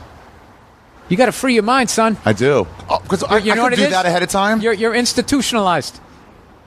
Yeah, I've been raised in a system. You are. You're going back to the plantation. Fuck. All right. Thanks, Bill. Thank you for having me. Oh, well, you have a Twitter account or anything? At Bill Burr, BURR. And the website's billburr.com, too? Yep, Monday Morning Podcast. It's all on allthingscomedy.com. And your album is out right now. You're selling on your website. Yeah, for $5 a whack. It's called You People Are All the Same. I've seen it. It's great, man. Yeah, well, thank you. I appreciate that. And I think you're a phenomenal comic. I really do, dude. Seriously, you're one of the guys that I will try and watch as much as I can so none of your jokes are in my fucking watch head. it over and over again so you know where it comes from. All right. All right, man. See you. It's better than ice cream. It's creamier and it's sweeter. It's just got a more rich taste. I'm sorry if that makes me some sort of what's the opposite of patriot? I did get high, but I did just test back to back ice cream and gelato, and gelato was clearly better. I even accounted for your thoughts that maybe whatever would go last works harder in your brain. I heard a report about that, so I have had ice cream after the gelato and before it. It was just better. It was just better. I went back and forth like 10 times. Yeah, you should know, by the way, if you're a parent. Like, if you have a child, I'll speak on behalf of children. I live a child's life. If my parents abandoned me at like 14 and I had enough cash to get by, I would live how I live right now. I will just tell you, if you're a parent, you can make the difference with a maraschino cherry on top. You can change a kid's life. Like, if that was something, if you'd be one of the parents that were like, whenever you give the kids ice cream, just always put a maraschino cherry or two. Yeah. Yeah, or two. If you put 1 or 2 maraschino cherries on top of the ice cream every time, that would be a memory they'd take with them till when they were adults. They would look back on it. I don't have that memory. That's something I can't look back on, but I would. I'd be like, Dad, always put a maraschino cherry on top, sometimes 2. I look back at other things, but that's just one thing. My dad hated ice cream. He said he worked in an ice cream factory when he was like 16, and now he hates ice cream. But just something to think about. Thank you to Bill Burr for talking to me and for braving how he definitely got into traffic when he left. That guy's rad. I probably cut him off too much. He's such a good ranter. He's got this ability to talk. He does his stage act and just, it's like you can't tell when he's making jokes. He never really, I don't know, I'm not saying that right, but he does his thing. I haven't really seen many comics do it. It's just not well anyway. He's really funny, but there's no like clear punchlines. You just laugh. It's just his real voice.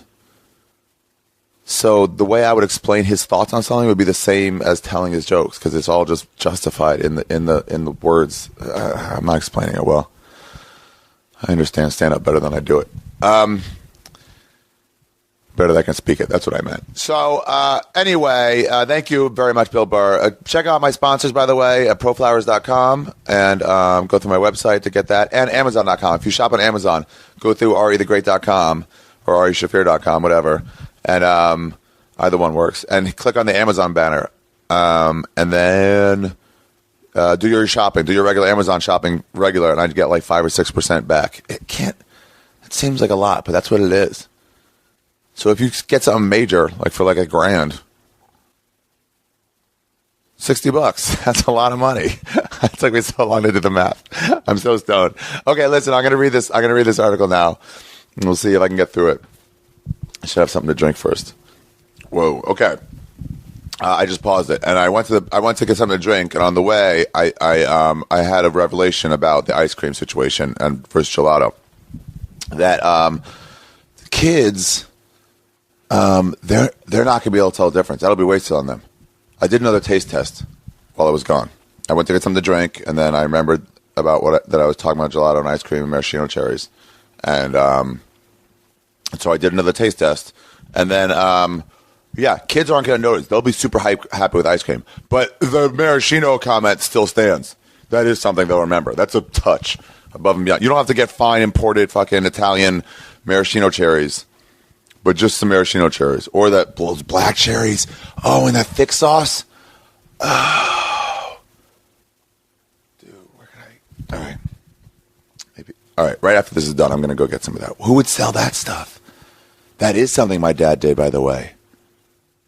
There are these black cherries in this thick sauce. I think it was an Italian thing. I think he would get it from his sister. My aunt lives in Germany. She's from Germany. Oh man, yeah. And it was these black cherries in this thick cherry sauce, way thicker than maraschino cherry sauce. I used to, by the way, I used to steal the maraschino jars from my parents' closet, and when they had it, no, I would get some at 7-Eleven. Yeah, when I was 16 and 17, I was driving. I would get a jar of maraschino cherries, and I would eat them all. Not all at once. I'd keep some for later. But when I ate them all afterwards, I would save the juice, and I would just drink it. It's just like a half a jar.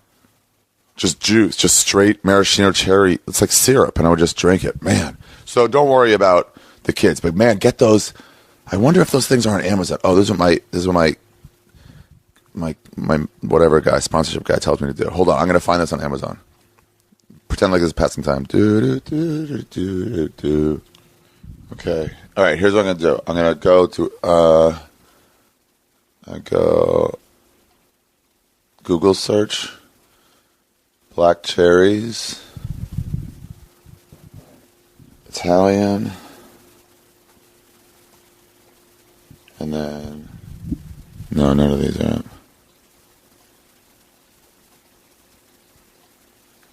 Yep, here it is. Here it is. Oh, here it is. Amarena Fabri. Amarena Fabri. These are the best black cherries, you guys. Amarena Fabri. 2 B's. Amarena Fabbi. Okay, so now, okay, here's what I'm going to do. This is the best advertisement everyone's ever getting. Okay, now, I know what I want. So now I'll go to arishaffirs.com, and I'm going to click on, hold on. Okay, it's opening arishaffirs.com. I'm going to click on the Amazon banner. I'm going to ignore the other one. While I'm there, I could get 4 free tracks of my album, Revenge for the Holocaust, but I decided not to because I've already done that. 4 free tracks. And then I'm going to type in, what was it? Amarena Fabri. Fabbri. Oh! Wild cherries in syrup. Oh, this is wow. Wait, they also have cherries in syrup. Different kind?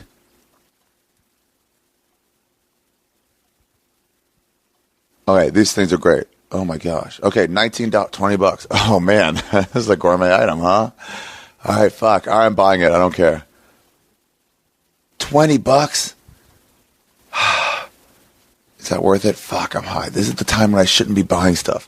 When I get so high, I end up just buying things because they sound amazing. Yeah, okay, I'm buying it. Add to cart.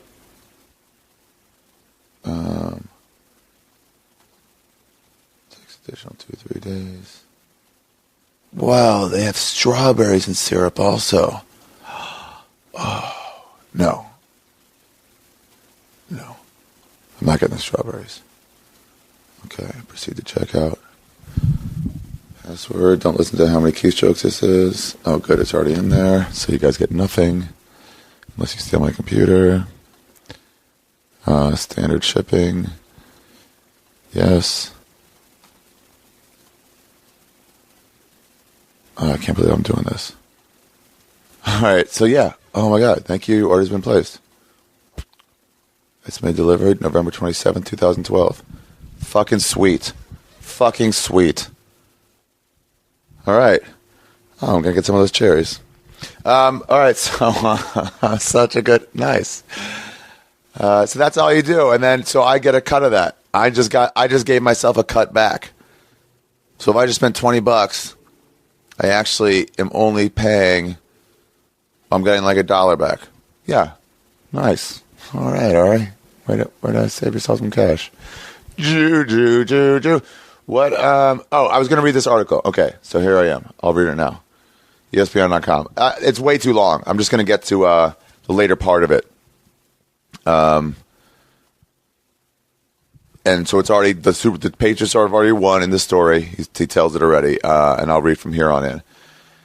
And anyway, thank you very much for tuning in. Next week, I think I'm going to have a comedian that was just got done doing some electroshock therapy, and it was actually a good one. We had fun. We had fun talking about it. Everything. That'll be next week. So make sure to subscribe. And here we go. Good God, does it get any better than this? Here we go. True story.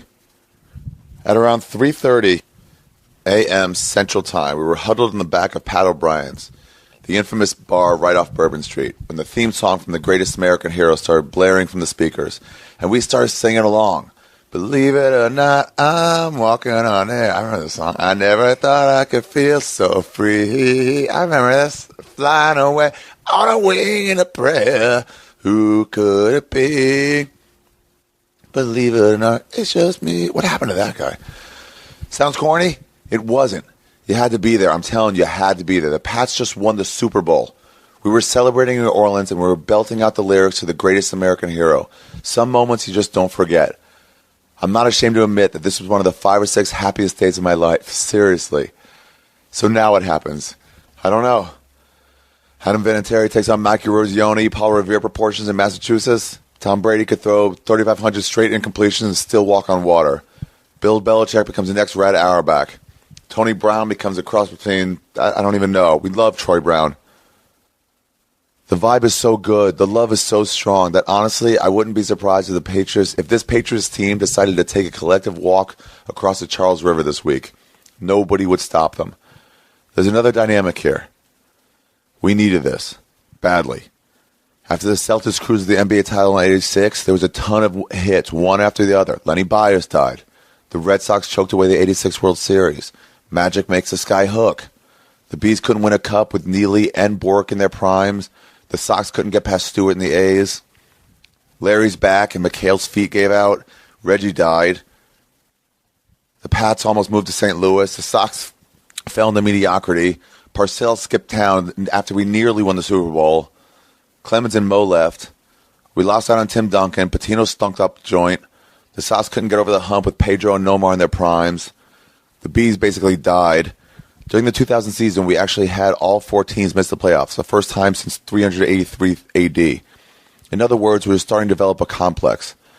And then the 2001 Pats came along. And then they kept winning, and they kept winning. And they kept winning until it was all over, until the confetti was flying, until the players were hugging, until the coach was being carried off the field, until the tears were streaming down our cheeks, until we were just happy, feeling happy to be alive. Now we have a 10-year grace period. No matter what happens over the next 10 years, we won the Super Bowl. Nobody can take that away from us. Nobody. One last story. After the game ended, I walked back to my hotel just so I could change and slip on my brand new Super Bowl champion T-shirts. And I noticed a Patriots fan slumped on the ground along O'Keefe Street. He was wearing a leather Patriots jacket, collapsed against the back bench, almost like he had crumbled there after taking a right hook to the face. I didn't know whether he was drunk, unconscious, or dead, only because I couldn't see his face. For some reason, I was concerned, so I tapped him on the shoulder. "Yo, man, you all right?" I asked him. He looked over. Tears were streaming down his face. He looked at me, unable to speak, totally overwhelmed, well past the point of being able to express himself coherently. "You all right?" I asked him again. "The Patriots won the Super Bowl," he mumbled. "The fucking Patriots just won the Super Bowl." And he slumped back down into a heap. Fuck. Damn. Oh, it's so good. Fuck. I loved Bill Simmons. I haven't read him in a while. God. Yeah, I would sit in the back of class and fucking try to read that until I teared up. Man, sports, dude. It fucking gets to me. I like stories of overcoming. There's a reason why Rocky's been told in 20,000 movies. It's the same as 8 Mile. It's fucking good stories. Sports stories are amazing. Man. I wonder if I'm going to be grown up enough where I won't do this when the Hornets finally win. NBA championship. All right. Well, thank you very much for tuning in. Please check out my website to see all my tour dates. Go to my website. Also, I'll have a link for the whole article and all the songs I use and everything else. Is there anything else to say? Oh yeah. So I'm looking for a 2013 tour shirt. I'm taking designs. If I have any artists, I don't really know what I'm not looking for anything specific. I just want like a cool tour shirt. I saw the Flaming Lips had one a couple years ago, and theirs was you can look online and see them. It was "Be kind to animals," and then at the bottom it says like Flaming Lips, but it really had nothing to do with them. It was just a cool tour shirt. I like the way Iron Maiden does it. Just fucking cool graphics, whatever. I mean, cool for them. And then they're done with them forever. They're done with those things. So I'm looking for another one. Whoever's design I use, I'll give you $500 because I don't want you to work for free. But I can't pay anyone for spec stuff. So, yeah, think of something. I'm totally down. There's no rules. Something cool. Something that I would wear. That's all. All right, you guys, that's it. Thank you very much. Remember to keep December 28th open. I'll be in Minneapolis in a couple weeks. My storyteller show, this is not happening, will be out on iTunes either the next week or the week after. In November, it'll be out. And I'm going to be writing a blog every week for All Things Comedy, at least every road week. So I'll already start with stuff I've gotten in the past. So go to allthings.comedy. That's the co-op Bill and I are doing, along with lots of other people. And I did two really awesome shows on Thursday. I did Set List. It's a really cool show Troy Conrad hosts, and it's just you go up with no material. It's a really fun show. I did it in Montreal a few years ago, and I really, really liked it. The one night my storyteller show wasn't going. And they just pick out of it. They give you like a few seconds. They tweak the order, but really you just don't know what you're going to talk about until you get up there. They just give you the stuff to talk about. And you have to make a set list, and it's fun to see the different comics try it different ways. It's like I get nervous. That and during my storyteller show, I get nervous. That's about it. But it's fun to do. Joey Diaz, I heard, is doing it December 3rd. I think that's the day. I'm probably going to go and just watch that if I can. If I'm back, I think I'll be back. Yeah, that was cool. And then I went straight from there to Sam Tripoli's Naughty Show perform. I've never done I've done like sketches and stuff on there. It's just a crazy lunatic show. I haven't seen one in a while because I've been on the road so many times. But man, it's fun to watch. Just madness and strippers. It's just great. And I just stand up and it was great. It's a great show. And the Naughty Show is actually on All Things Comedy now too. The weekly version with Jason Tebow, who's on my sports podcast too, Punch Drunk. Yeah, if you ever get a chance to see the Naughty Show in LA, fucking see it. It's just crazy. Obviously, you should take some drugs before you see it if you're into drugs. Hey, everybody. Welcome to Ari Shaffirs Skeptic Tank. Already cracking. First fucking sentence. My voice is better, though. You hear it? I wasn't on the road this week, so it's better. I mean, it's still shot, but it's better. Anyway, on today's episode, Bill Burr. Bill Burr is going to join us. If you've ever listened to the Monday Morning Podcast, that's Bill Burr's podcast. You already are a fan of his. He does this fucking rant every Monday, just like an hour-long rant. No guess. I don't know how he does it, but he does it. So check that out. We're both on All Things Comedy, the new comedy podcast network. I'm sorry, not network, co-op, or comedy co-op. We're all just representing each other. So Bill Burr's on there. We got some new people. Tom Segura from Your Mom's House podcast. That's on there, Your Mom's House. The Naughty Show with Sam Tripoli is now a part of us. Tom Rhodes is there. We got just a lot of great comedians. Al Madrigal is on the Minivan Men, where he and his other mistakeful. What do you call somebody who's made a horrible mistake? Well, whatever that is, him and his buddies with that talk about how they fucked up and left it in and had a kid, and now they'll do a podcast. I haven't listened to it. I'm assuming it's about their misery and about ways they would kill themselves rather than be in the position they're in, which is having a family. But I'm not sure. It could also just be talking funny about having kids. So anyway, check out allthingscomedy.com. I'm going to start writing a blog that'll be on the page from the road. You know what? Starting next week. I'll do it this week. Remind me. Just hold me to it, everybody. So on this episode, we talked about Boston sports. Boston people are homers. They're just complete homers for their city. They just are. I mean, every city is. New Yorkers are too, but New Yorkers are more like egocentric. Boston, they never really had a reason to be that hardcore fans. They weren't good for like a long time. The Red Sox were really shitty. The Celtics were always good. I never really minded the Celtics. Their fans are okay. The Red Sox fans can eat a dick. And Bruins fans I don't care about. And the Patriots fans, they're kind of annoying now just because Tom Brady's good looking. It's amazing how little I'll root for somebody if they're good looking. Peyton Manning, he's fine. I don't mind. I'll root for that guy. But Tom Brady, you get the gas face. So anyway, the point is, we talked about that. He was a fan of them through the lean years. And by the way, I get a lot of this. They say, Ari, who are you a fan of? Okay, I grew up in North Carolina. We didn't have any teams. I moved to Maryland in 4th grade. But before that, I made a decision on who my teams were. So I picked America's teams.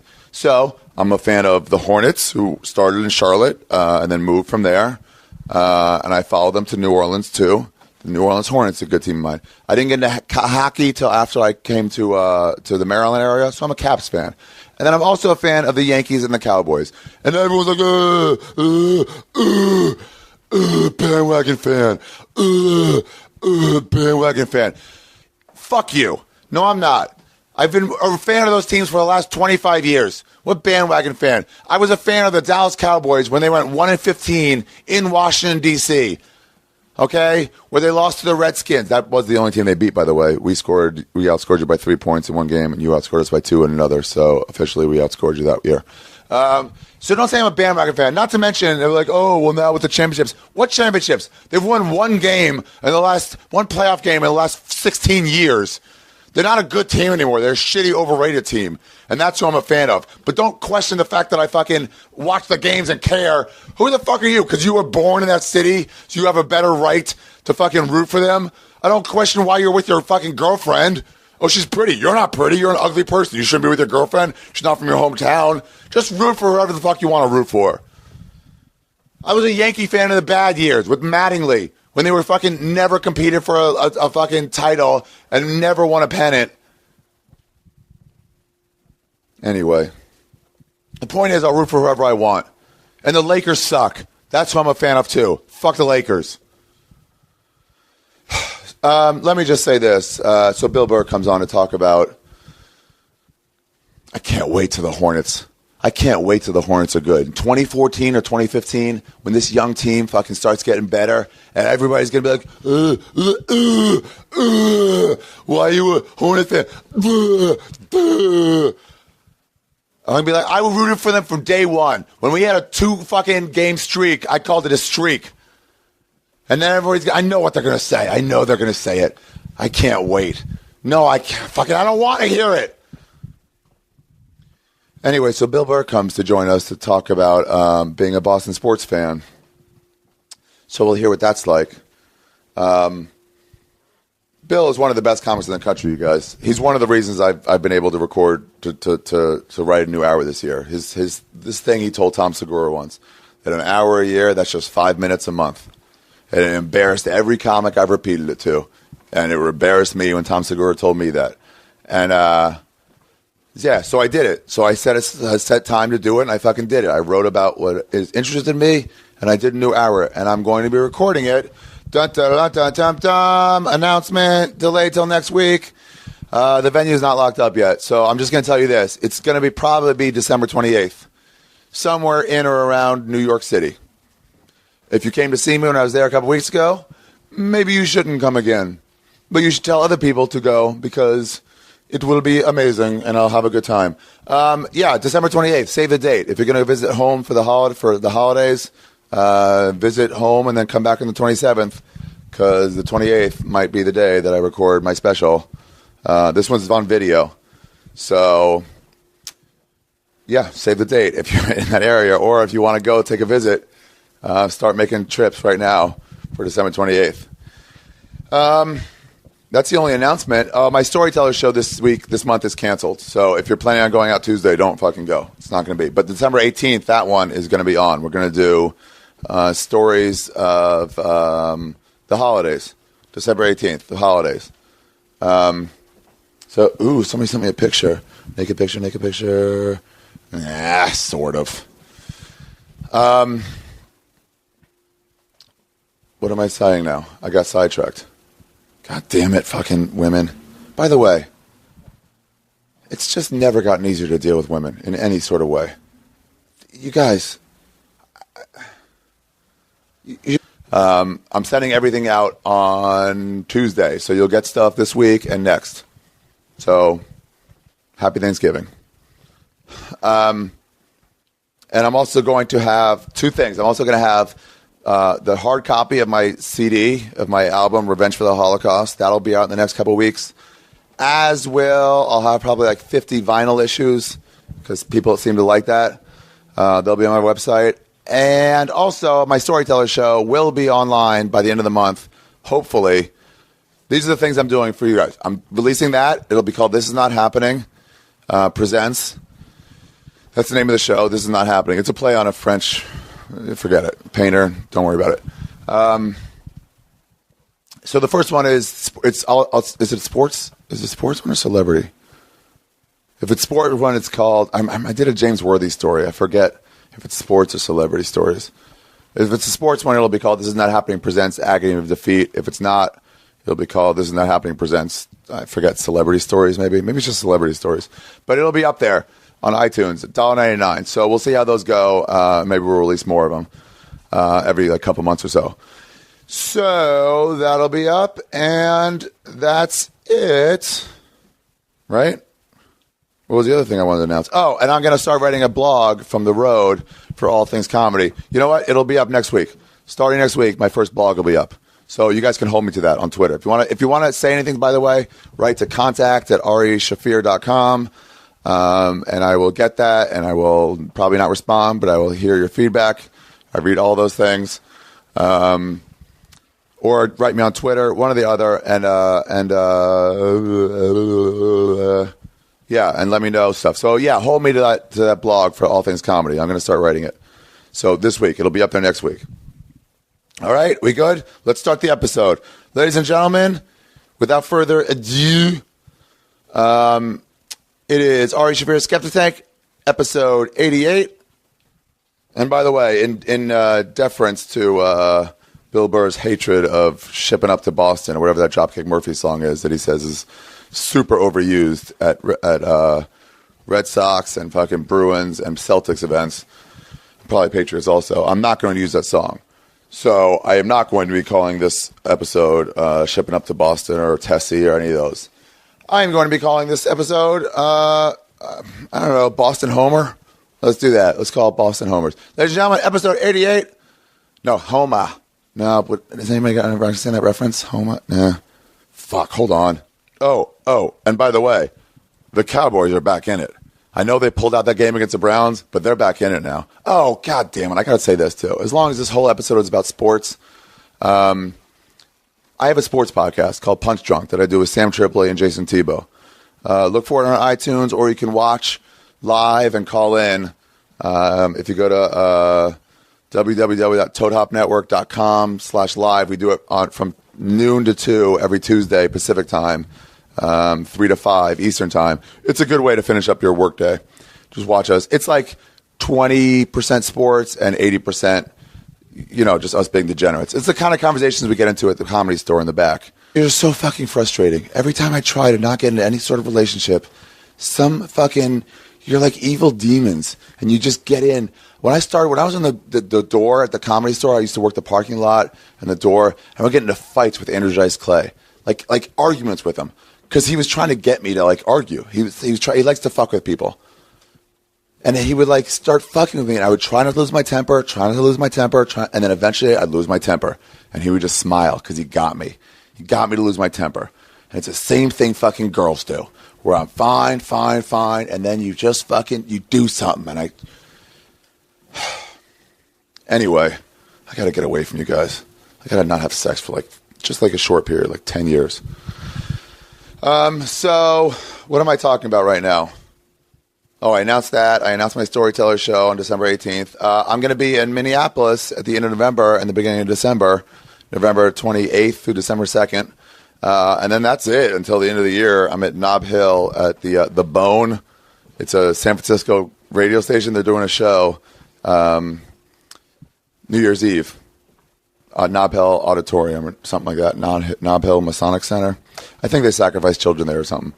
And then I'm in Edmonton in January. I'm in Vancouver and Long Island in March. But I'm recording my special December 28th. So get out there. Check my website for details. AriTheGreat.com. You can also go there, by the way, for proflowers.com. Hey, just so you know, for whoever listened to last week's episode with Sarah Tiana, people actually use the link, proflowers.com. If you go to proflowers.com and type in, there's like a microphone on the top, and you hit that and type in skeptic, or go to my website, arishaffir.com.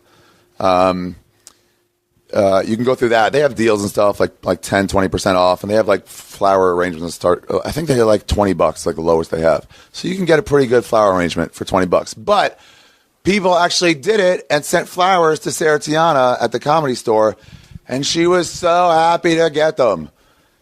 For those of you who did it, she was so happy. You should have seen her face light up. When I told her they were there, she was so elated. She was like, no, what? Really? I'm telling you guys, women are morons. I don't understand. It's like I've talked to girls about great works of literature. I've talked to them about books. I've talked to them about world events. And they're the same intelligence-wise that way as men. But then when it comes to fucking tenderness, they fucking melt over nothing. They're just idiots. But anyway, so this idiot, Sarah Tiana, really loved the flowers that somebody sent her to the Comedy Store. It was 2 different boxes. She was loading them into her car. She was so fucking happy. So if you guys did it, I mean, thank you. You should know. You really touched her. In the good way. By good way, I mean the bad way if you were a child. But the good way, grabbing boobs. That's what I mean. So, all right. Are we ready for the episode? I know it went long, but I barely did any promotion. So fucking relax. What should I say about this? Or are we ready to go? I think we're just ready to go. Oh, I also got those posters, and I'm sending them out. If anybody bought T-shirts or grinders or those Joey Diaz, Ari Shaffir posters, those rad posters, like half of those are gone already. And we just take that to it's like, this player's better. No, this player's better. I'd rather have this offense. Well, I fucked your mom. Well, how would you fuck my mom? What style would you do it in? And then it just goes from there. So anyway, listen to that. Thematically, I shouldn't mention it on this right now. What was the other thing I was supposed to mention? Oh, about Boston in general. I used to read this article. I read this article. Now, whatever. Bill Simmons is this writer. He's a sports writer for ESPN.com. He's like columnist. And I remember reading this article he wrote. It was so fucking good about Boston sports. He was going to go to his first Super Bowl. ESPN was sending him, so it was going to be his first Super Bowl he ever attended. And the Patriots weren't good that year, but he was a homer for all the New England teams. And he didn't make any qualms about it. He was like, I'm not impartial. I'm a fucking New England fan. And New England, the Patriots, they weren't supposed to. They were bad, and I think they barely ended up winning the division or barely ended up getting the wild card by like rattling off like 5 straight wins at the end of the year. And so he was following them. And first game he was like, too little, too late. It's not for the Cowboys. They're 1 game back of the Giants. They just get my hopes up and they crush them. They're an overrated team. And then the first couple wins like, too little, too late. Second couple wins like, oh, maybe we have a chance. And the last win or two was like, wow, we did it. We're in the playoffs. Amazing. And then the playoffs, they were overmatched, but they won. And they won again, and they won again. And he's like, I can't believe it. Maybe. And then maybe. And then it's like, they're going to the Super Bowl. He's like, my Super Bowl, my first Super Bowl, I'll get to root for my hometown team. He was so excited. And then he wrote this article. They won the Super Bowl. And he wrote this article afterwards about being there. And it was such a good goddamn article. Such a great column. I would just tear up every time I read it. So much that I had acting class. I took this acting class in Santa Monica. And I would be in the back as you're getting ready to start a scene. You would have to get emotionally prepared. If it's either like happy that you just got a job or something, or if it's sad that your parent died, you have to get ready. You have to get in that place. And when it was sad, when I have to be like, I just came from, my wife's leukemia treatments or something stupid like that, When it was that, you have to prepare sadness. So I would read this article in the back, and I would tear up. I would start like tearing up and almost crying because it was so fucking great. I get so into it. And then I would come out, and I'll have tears in my eyes from my scene. That's such cheating. I cheated so bad. That wasn't emotionally preparing. I would just read a good sports column. You cheat yourself. So at the end of the episode, I'll read the column because it was so good. We'll see if I cry. I'll get high before I read it. That's what I'll do. I'll get really high off the vaporizer, and then I'll read it, and then we'll see if I still cry or not. Yeah, and I'll have a link to it on my website. All right. So here we go, everybody. Episode 88. Ari Shaffirs Skeptic Tank. Episode 88. What is it? What did I say it was going to be? Boston Homer? By the way, we didn't get into the main conversation until 3/4 of the way into our talk.